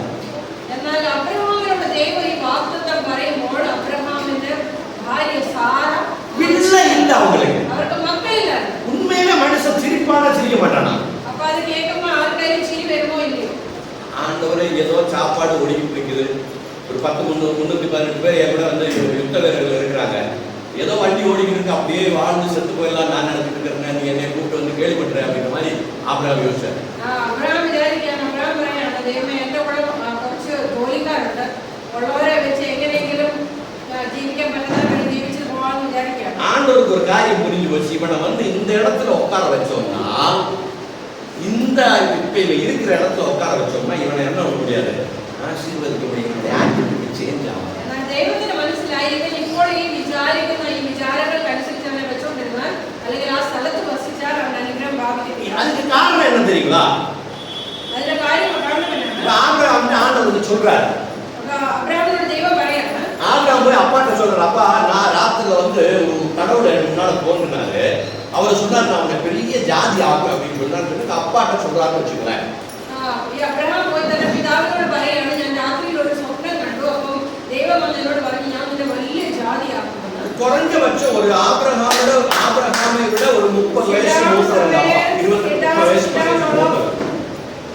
ஆபிரகாமை ஒரு 28-30 வயசுக்கு மூத்தவர். சீக்கிரம் முடிச்சிடும், 10 நிமிஷம். അബ്രഹാമിന്റെ പിതാവ് 18 വയസ്സിന് മൂത്തതായിരിക്കും. அப்பா என்ன சொல்லுவாரு? ആ പിതാവ് എന്നാ പറയും, உனக்கு பைத்தியம் பிடிச்சிருச்சா, നിങ്ങൾക്ക് എന്നാ ഭ്രാന്തുണ്ടോ, மனைவி பிள்ளையே பெறல, നിന്റെ ഭാര്യ ഇതുവരെ പ്രസവിച്ചിട്ട് പോകുന്നു, வாரிசே கிடையாது, അവർക്ക് പിള്ളേരില്ല, நீ எப்படி பெரிய ஜாதி ஆவ? നീ എങ്ങനെ വലിയ ജാതിയാവും? என்ன பண்ணுவாங்க? விசுவாசம் சொன்னாங்க. അവരെന്നാ പറയും, അവിശ്വാസം പറയാൻ തുടങ്ങി. புரியுதுங்களா?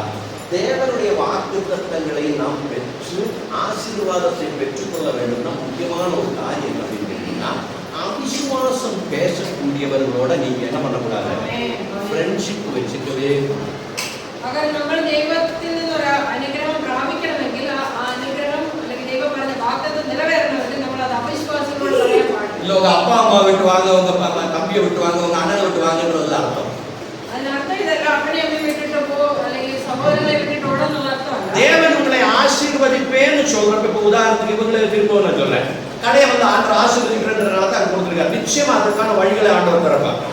ഞാൻ ഇവരെ പറ്റി പറയാണ്, ഇവർക്ക് കട കൊടുത്തെങ്കിൽ ദൈവം പറയാൻ അതിലൂടെ നിങ്ങളെ അനുഗ്രഹിക്കും. பணத்தின் தேவைகளை தேவன் சந்திப்பார். ஆனா சந்திக்க முடியும் அவரால், அதனால தான் அவர் அங்க அனுப்பியிருக்கிறார். പണത്തിന്റെ ആവശ്യങ്ങൾ നിറവേറും. ஆனா இவங்க வந்து இந்த கடையை எடுத்து வைக்கிறப்போ இவங்களோட விசுவாசத்தை குலைக்க முடியாத பிசாசு ஆட்களை அனுப்புவான், அவனோட தூதர்களை அனுப்புவான். എന്നാൽ നമ്മുടെ വിശ്വാസത്തെ നശിപ്പിച്ച് കളയേണ്ടതിന് പിശാച് ചില ദൂതന്മാരെ என்ன சொல்லுவான் தெரியுங்களா? എന്നാ ചെയ്യും? அது பிசாசு அனுப்புற தூதர்கள் எப்படி இருக்கு தெரியுமா? ரொம்ப ஃப்ரெண்ட்ஷிப், நெருக்கமான ஃப்ரெண்ட்ஷிப் காரங்களோட தான் அனுப்புவார். പിശാച് അങ്ങനെയുള്ളവരെ അയക്കത്തുള്ളൂ. പറഞ്ഞാൽ നമ്മൾ വിശ്വസിക്കത്തക്ക രീതിയിലുള്ള ആൾക്കാരെ ഉള്ളൂ.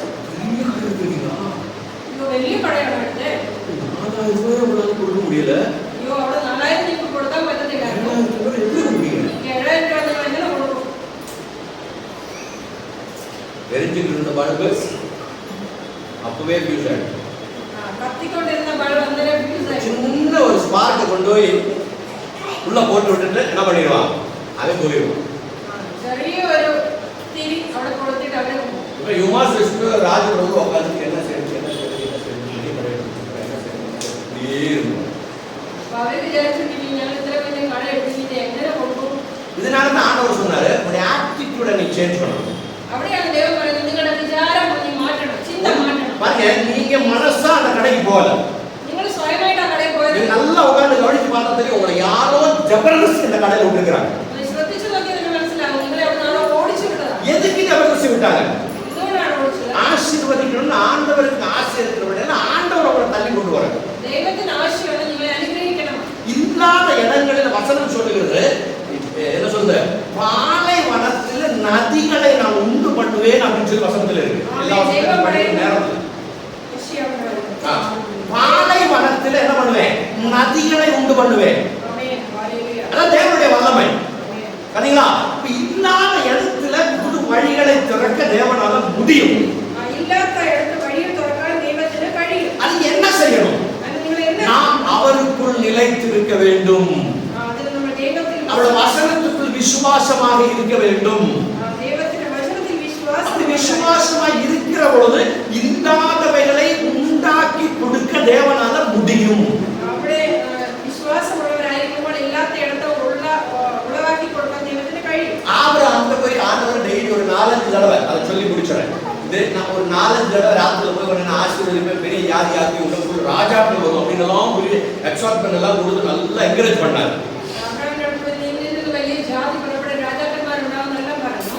இவர் வந்து ஒரு கூடாரம், அந்த காலத்துல இருந்து வீடு கூடாரத்துக்குள்ள இருக்கிறார். இந்த கூடாரத்துக்குள்ள உட்காந்துக்கிட்டு சரி ஆண்டவர் சொன்னாரு சொல்லிட்டே இருக்கிறார், சரி அவர் சொல்றது சொல்லட்டும் அப்படின்ட்டே இருந்துக்கிறார் அப்படின்னு சொல்லிக்கிட்டே இருக்கிறார். ஆண்டவர் சொல்றது புரியல, என்னன்னு புரியல. ஆண்டவர் ஒரு நாளைக்கு புரிஞ்சு போச்சு, இவனை இப்படியே உட்கார வச்சு சொன்னா இவனுடைய மைண்டுக்குள்ள ஏறாது, உள்ளுக்குள்ள போகாது. தேவனுடைய வார்த்தைகள் வந்து நம்ம உள்ளுக்குள்ள போகணும். சும்மா இந்த கால்வழியா கேட்டு இந்த கால்வழியா போனா பிரயோஜனம் இருக்கு. அது உள்ள போய் இதயத்துக்கு உள்ள போகணும்.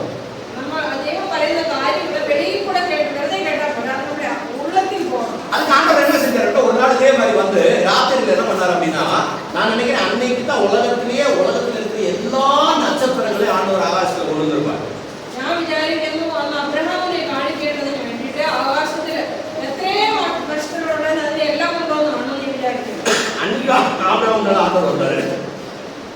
அன்னைக்கு ஆபிரகாம் வந்தாரு. ஆண்டவர் சொன்னார், நீ முதல்ல வெளியில வா, கூடாரம் இருக்கு இல்லையா, பவுண்டரி வச்சிருக்கல, இவ்வளவுதான் இப்படித்தான் ஓடு வண்டி அப்படின்னு நினைச்சிட்டு இருக்குல்ல, அந்த நினைப்பை விட்டு நீ வெளியில வா.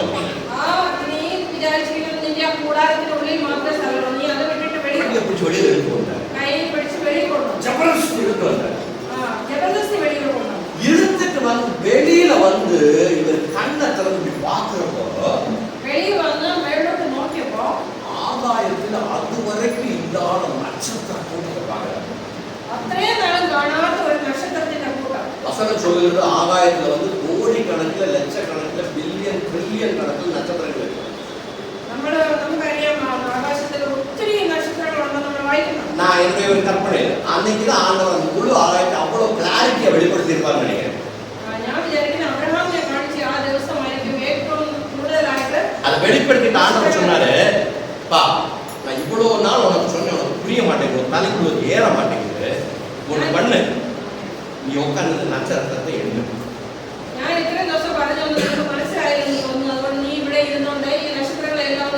இவர் என்ன ஆரம்பிச்சுப்பாரு, 1 2 3 4 5 6 ஒரு 100 வரைக்கும் எண்ணிருப்பாரு, இல்லை ஒரு 1000 வரைக்கும் எண்ணிருப்பாரு.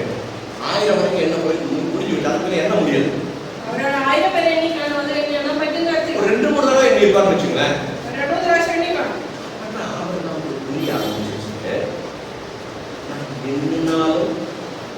எண்ணினாலும் தீராத அளவிற்கு நட்சத்திரங்கள் வானத்தில் இருக்கு.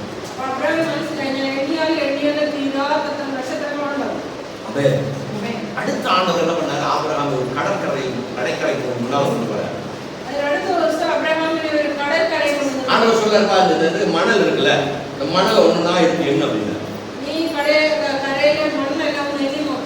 இவர் என்ன ஆரம்பிச்சார், எவ்வளவு மணல் இவர் எண்ண முடியும், தேவன் என்னை எவ்வளவாக அதிகமா ஆசீர்வதிக்க ஆசைப்படுகிறார் அப்படின்ற புரிய ஆரம்பிச்சிருச்சு. நீ வீட்டுல போய் படிச்சுங்க, 17ஆவது அதிகாரம் ஜெனிசிஸ் உபாகமம் 17 வீட்டுல போய் படிச்சுங்க. தேவன் அங்க திரும்ப கடைசியா ஆண்டவர் ஆபிரகாமுக்கு முன்னால வெளிப்படுறாரு. 17ஆம் அத்தியாயத்துல வீட்டுக்கு போய் வாய்க்கணும். உற்பத்தி புத்தகம் 17 அது பாருங்க, தெய்வம் அங்க ஆண்டவர் என்ன பண்ணாரு அப்படின்னா அவரோட டோட்டல் ஆட்டிட்யூடே சேஞ்ச் பண்ணிட்டாரு. அவருடைய பூர்ண விசாரத்தை தேவன் எடுத்தார். சேஞ்ச் என்ன அப்படின்னா அவரோட பேரவே மாத்திட்டாரு. அவரோட பேர் கூட மாத்தி. ஆபிரகாமோட முதல் பேர் என்ன தெரியுங்களா? ஆபிரகாமுடைய புதிய பழைய பேர் என்ன? ஆபிரகாம். ஆபிரகாம்ன்றது அவருடைய பேர். நீங்க அந்த 12ஆவது அதிகாரத்தை படிச்சு பாத்தீங்கன்னா தெரியும். 12ஆவது இன்னொரு படிக்கலாம். 12ஆம் அத்தியாயம் உற்பத்தி 12. முதல்ல வரைக்கும் ஆபிரகாம் படிச்சுட்டு இருந்தீங்க, இப்ப படிங்க, நல்லா கவனிச்சு படிங்க. 12 யாரை பார்த்து? ஆபிரகாம். 17ஆவது அதிகாரத்தில் அந்த ஆபிரகாம் அப்படின்ற வார்த்தையுடைய அர்த்தம் என்ன தெரியுங்களா? ஜீரோ, ஒண்ணும் இல்லாதவன். ஆபிரகாம் அப்படின்ற வார்த்தையுடைய அர்த்தம் என்ன? ஒண்ணும் இல்லாதவன். எல்லாரும் ஆபிரகாமை கூப்பிடுறப்ப என்ன கூப்பிடுவாங்க? ஒண்ணும் இல்லாதவங்க வாடா. ஆபிரகாம் அப்படின்னு சொல்லி கூப்பிட்டாருடைய அர்த்தம் என்ன? ஒண்ணும் இல்லாதவங்க வாடா, இந்த வாடா அப்படின்னு அர்த்தம். ஆண்டவர் என்ன பண்ணாரு தெரியுங்களா? இவருடைய பேர் அப்படியே மாத்திட்டாரு. என்னவா மாத்தினாரு? 17ஆவது அதிகாரம் நீங்க தொடர்ந்து படிச்சு பாத்தீங்கன்னா வந்துருவாங்க கிடையாது. 17ஆவது அதிகாரத்துல நான் யெகோவாகிய தேவன் என்ன பண்ணாரா? ஆபிரகாமுடைய பெயரை இன்னும் நீங்க அபிரகாம் என்று விളിക്കേണ്ടത്. எத்தனாவது வசனம்? 75. 17ஆவது அதிகாரம் 5வது வசனம். நோட் பண்ணி வச்சிருக்கீங்க, நீ வீட்ல போய் படிங்க. நான் நின்னை 17 படிங்க, 17 படிங்க. படிங்க சிஸ்டர், 17 5 படிங்க. இனி உன் பெயர் ஆபிரகாம் எனப்படாமல் ஆபிரகாம் சொல்றீங்க, அது சொல்லக்கூடாது.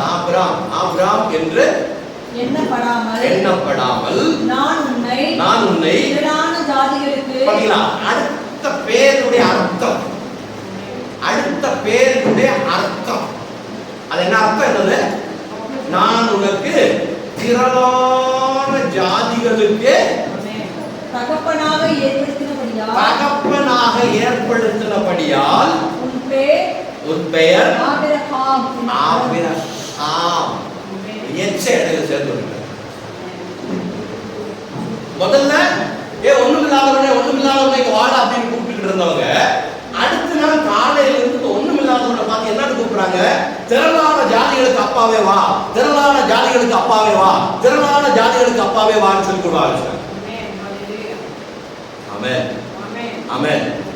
இதுதான் தேவனோடு சேர்ந்து வாழ்கிறப்ப நம்ம வரக்கூடிய தொடக்கத்தில் அபிரகாமின் ஒண்ணுமில்லாதவன், ஒண்ணுமில்லாதவன் அர்த்தம் என்ன? பேருமே ஒண்ணுமே இல்லாதவன் நினைச்சுக்கிட்டு இருந்தவனே ஆண்டவர் கூப்பிட்டு எல்லாமே இருக்கிறவன் அப்படின்னு நினை அப்படின்றார். கடையில ஆசீர்வாதம் வராம இருக்கு, காசு வராம இருக்க, கவலைப்படாதீங்க. ஆண்டவர் கொடுக்கிறாரு, கடையை நிரப்புறாரு அப்படின்னு சொல்லிட்டே வாங்க. ஒரு விசுவாசத்தின் வார்த்தைகளை நீங்க சொல்ல ஆரம்பிங்க, தேவன் வழிகளை திறப்பார். அல்லேலூயா. இந்த வெற்றுமையா இருக்கக்கூடிய, இந்த பாலைவனமா இருக்கக்கூடிய இடத்துல தேவன் என்ன பண்ணுவாரு? ஒரு நீர் ஊற்றவே வெளியே கொண்டு வருவார். அல்லேலூயா. இதுக்கு தான் நம்ம ஆட்டிட்யூட் மாறணும் அப்படின்னு சொல்றது. இது முடிச்சுல பாருங்க. யோவானுக்கு வந்தோம், 15வது அதிகாரத்துக்கு வந்தோம், 8வது வசனம் திரும்ப படிச்சு முடிச்சிருக்கோம். லாஸ்ட் வசனம். எனக்கு நீங்கள் எனக்குள்ளும் என் வசனம் உங்களுக்குள்ளும் நிலை நின்றால் நீங்கள் என்ன பண்ணுவீங்க? மிகுந்த கனியை கொடுப்பீர்கள். அல்லேலூயா. 8வது வசனத்தை படிச்சு முடிச்சிருக்கோம். அப்படி நீங்கள் மிகுந்த கனியை கொடுக்கிற பொழுது தேவனுடைய நாமத்துக்கு மகிமை உண்டாகும். ஆமென். ஆண்டவர் எதற்காக என்ன செய்றார்? நீங்க சொல்லணும், இயேசு கிறிஸ்து தான் என்னை ஆசீர்வதித்தார். அல்லேலூயா. இயேசுவை தெரிந்து கொண்டதனால தான் இந்த ஆசீர்வாதத்தை பெற்று. இந்த பூமியில வேற ஆசீர்வாதிக்கிறது வேற சக்தியே கிடையாது. ஆசீர்வாதம் அப்படின்ற பேரே, இயேசுடைய பேரே ஆசீர்வாதம் தான் பேரு. அவருடைய பேருக்குள்ளே அவருடைய சுபாவம் இருக்கு. ஆண்டவருடைய பேர், ஆண்டவர் நிறைய பேர்கள் சொல்றாங்க பைபிள்ல. ஒவ்வொரு பேர்ல ஒரு சுபாவத்தை தான் பேரா சொல்றாங்க. இயேசு கிறிஸ்துவுக்கு ஒத்திரி பேர்கள் உண்டு. அதனால பேருக்கு ஒரு அர்த்தங்கள். இயேசு கிறிஸ்துவுடைய ஒரு பேருடைய அர்த்தமே அவர் ஆசீர்வாதம், அவருடைய ஆசீர்வாதத்தின் ஊற்று அப்படின்னு ஒரு அர்த்தம் இயேசுக்கு இருக்கு. இயேசுவின் ஒரு பேருடைய அர்த்தமான அனுகிரகத்தின் உறவு. அப்ப இந்த பூமியில வந்து ஆசீர்வதிப்பதற்கு நாம் நல்லபடியாக, சமாதானமாக, சந்தோஷத்தோட, சாந்தியாக வாழ வேண்டும் என்றால் அதற்கு யார் வழிகாட்டியாக இருக்கிறாங்க? இயேசு ஒருத்தர் மட்டும். சமாதானத்தோட, சந்தோஷத்தோட பூமியில் ஜீவிக்கணும் என்று ஒரே ஒரு வழி. அவரோட சேர்ந்து வாழணும்னா அவரோட சேர்ந்து போறதுக்கு ஆட்டிடியூட் உண்டாகும்.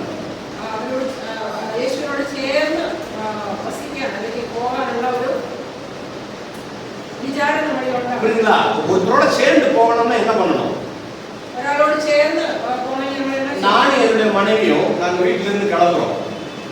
யாரும் என் பாலிய வீட்டில் என் வைஃப் சொல்றாங்க, வாங்க மார்க்கெட்டுக்கு போய் காய்கறி வாங்கிட்டு வரலாம் அப்படின்னு சொல்றாங்க. நான் என்னுடைய மனசுல இல்ல, நான் வந்து பர்ச்சூன் கடைக்கு போகணும், மளிகை சாமான் வாங்கணும் அப்படின்னு நினைக்கிறேன். வீட்டுல இருந்து 2 பேரும் வெளியில வருவாங்க. ஆனா வெளியில வந்த பிறகு எப்படி போயிடுவோம்? 2 பேரும் 2 பக்கம் போ. ஏன்? 2 பேருடைய சிந்தனைகள் வித்தியாசம்.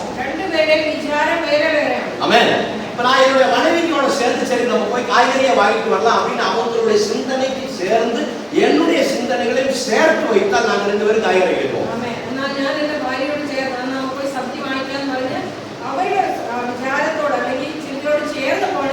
அதே போல ஆண்டவராய் இயேசு கிறிஸ்துவோடு அவரோடு சேர்ந்து அவருடைய சிந்தனைக்கு ஏற்றபடி நம்முடைய சிந்தனைகளை நாம் மாற்றினால் அவருக்கு என்ன சுபாவம்? அவரோட யாரு வந்தாலும் அவரை ஆசீர்வதிக்கணும். அதான் அவருடைய சுபாவம்.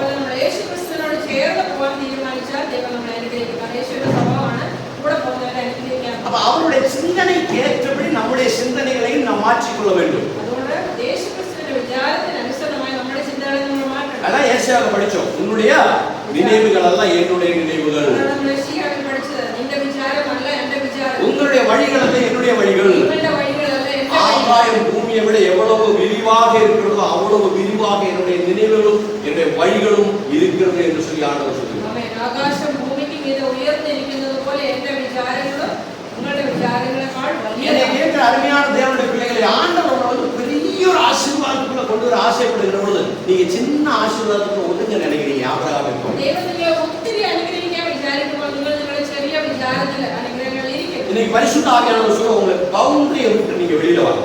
ഇന്ന് പരിശുദ്ധാത്മാവ് പറയാണ് നിങ്ങൾ നിങ്ങളുടെ അതിരിനെ വിട്ട് വെളിയിൽ വരണം. உங்களுக்கு கூடாரத்தை விட்டு நீங்க வெளியில வாங்க. നിങ്ങളുടെ കൂടാരം വിട്ട് വെളിയിൽ വരണം. வெளியில வந்தா தான் உங்களுடைய கண்ணு திறக்கப்படும். വെളിയിൽ വന്നാൽ നിങ്ങൾക്ക് ചൊവ്വെ കാണാൻ പറ്റും. ஆண்டவர் உங்களுக்கு வைத்திருக்கக்கூடிய ஆசீர்வாதத்தினுடைய அந்த மாடல் மாதிரியை தேவன் உங்களுக்கு வெளிப்படுத்துவார். നിങ്ങൾക്ക് ദൈവം വെച്ചിരിക്കുന്ന അനുഗ്രഹങ്ങളെ ദൈവം നിങ്ങളെ കാണിക്കും. சரிங்களா? ஒரு வீடு கட்டணும்னா எப்படிப்பட்ட வீடு கட்டணும்னு உங்களுக்கு முதல்ல ஒரு ஐடியா வேணும் இல்லைங்களா? എങ്ങനെയുള്ള വീട് കെട്ടണം, നമ്മളെ വീട് കെട്ടുന്നതിന് മുമ്പ് ഒരു ഐഡിയ ஒரு ഉണ്ടാവും. சேர் உண்டாக்கணும், ഒരു കസേര ഉണ്ടാക്കണം. ஒரு தடி, நிறைய தடி பலகை எல்லாம் போட்டு வச்சிருக்கிறாங்க. അവിടെ കുറെ തടികൾ കൊണ്ടിട്ടിട്ടുണ്ട്. ஒரு சேர் உண்டாக்கணும், ஸ்டூல். ഒരു സ്റ്റൂൾ അല്ലെങ്കിൽ ഒരു കസേര ഉണ്ടാക്കണം. என்ன பண்ணுவீங்க നമ്മൾ എന്നാ ചെയ്യണം? சொல்லுங்க. பிரசங்கம் முடிஞ்சு பைபிள் ஆரம்பிச்சு சொல்லுங்க. നമ്മൾ എന്നാ ചെയ്യണം? சேர் பண்ணணும். சுத்தி இருக்கு, ஆணி இருக்குது, பலகை இருக்குது, தடி இருக்கு, எல்லாமே இருக்கு. ചുറ്റികയുണ്ട്, ആണിയുണ്ട്, പലകയുണ്ട്, ആ കസേര ഉണ്ടാക്കാൻ എല്ലാ സാധനവും ഉണ്ട്. எப்படி சேர் பண்ணுவீங்க? നമ്മൾ ചെയർ എങ്ങനെ ഉണ്ടാക്കും? முதல்ல அந்த சேர் எங்க உண்டாக்கணும்? ആദ്യം ആ കസേര നമ്മൾ എവിടെ ഉണ്ടാക്കണം?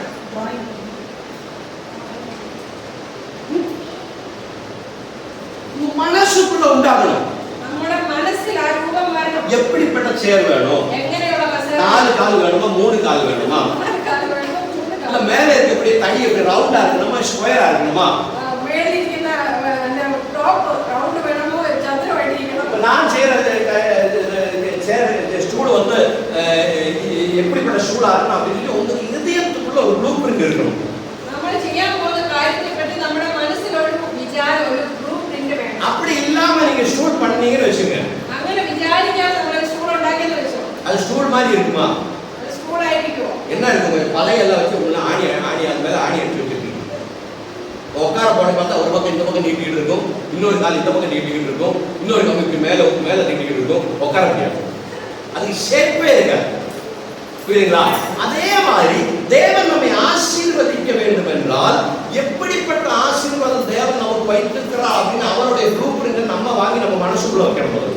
അതുപോലെ ദൈവം നമ്മളെ അനുഗ്രഹിക്കാമെന്ന് വിചാരിക്കുമ്പോൾ നമ്മുടെ ഉള്ളിൽ ഒരു വിചാരം വേണം, എങ്ങനെയുള്ള അനുഗ്രഹമാണ് ഞാൻ പ്രാപിക്കേണ്ടത്.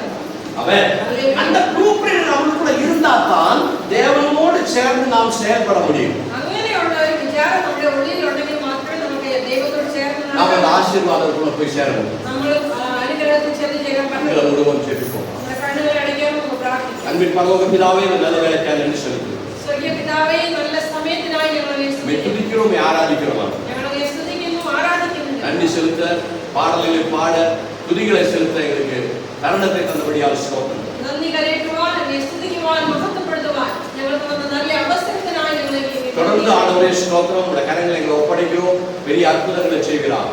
തുടർന്നുള്ള സമയങ്ങളിൽ ഞങ്ങൾ അങ്ങയുടെ തിരുക്കരത്തിൽ സമർപ്പിക്കുന്നു കർത്താവേ. இன்றைக்கு எங்களோடு பேசின வார்த்தைகள் எங்கள் இதயத்தில் ஆழமாக இறங்கட்டும். ഇന്ന് ഞങ്ങളോട് സംസാരിച്ച വചനം ഞങ്ങളുടെ ഹൃദയത്തിൽ ആഴമായി ഇറങ്ങട്ടെ. எங்களுடைய ஆசீர்வாதத்தை பற்றின ப்ளூ பிரிண்ட் எங்களுக்கு தாரும் ஆண்டவரே. ഞങ്ങളുടെ അനുഗ്രഹത്തെ പറ്റിയുള്ള ഒരു വിചാരം, ഒരു ബ്ലൂ പ്രിന്റ് ഞങ്ങളുടെ ഉള്ളിൽ ഉണ്ടാകട്ടെ. அது எங்களுக்குள்ள தரிசனம் எங்களுக்குள்ள உண்டாகட்டும். അങ്ങനെ ഒരു ദർശനം ഞങ്ങളുടെ ഉള്ളിൽ ഉണ്ടാകട്ടെ. தரிசனத்தை கிடைத்தால் நாங்கள் அதன்படி ஆண்டவரை கிரியை செய்ய முடியும்.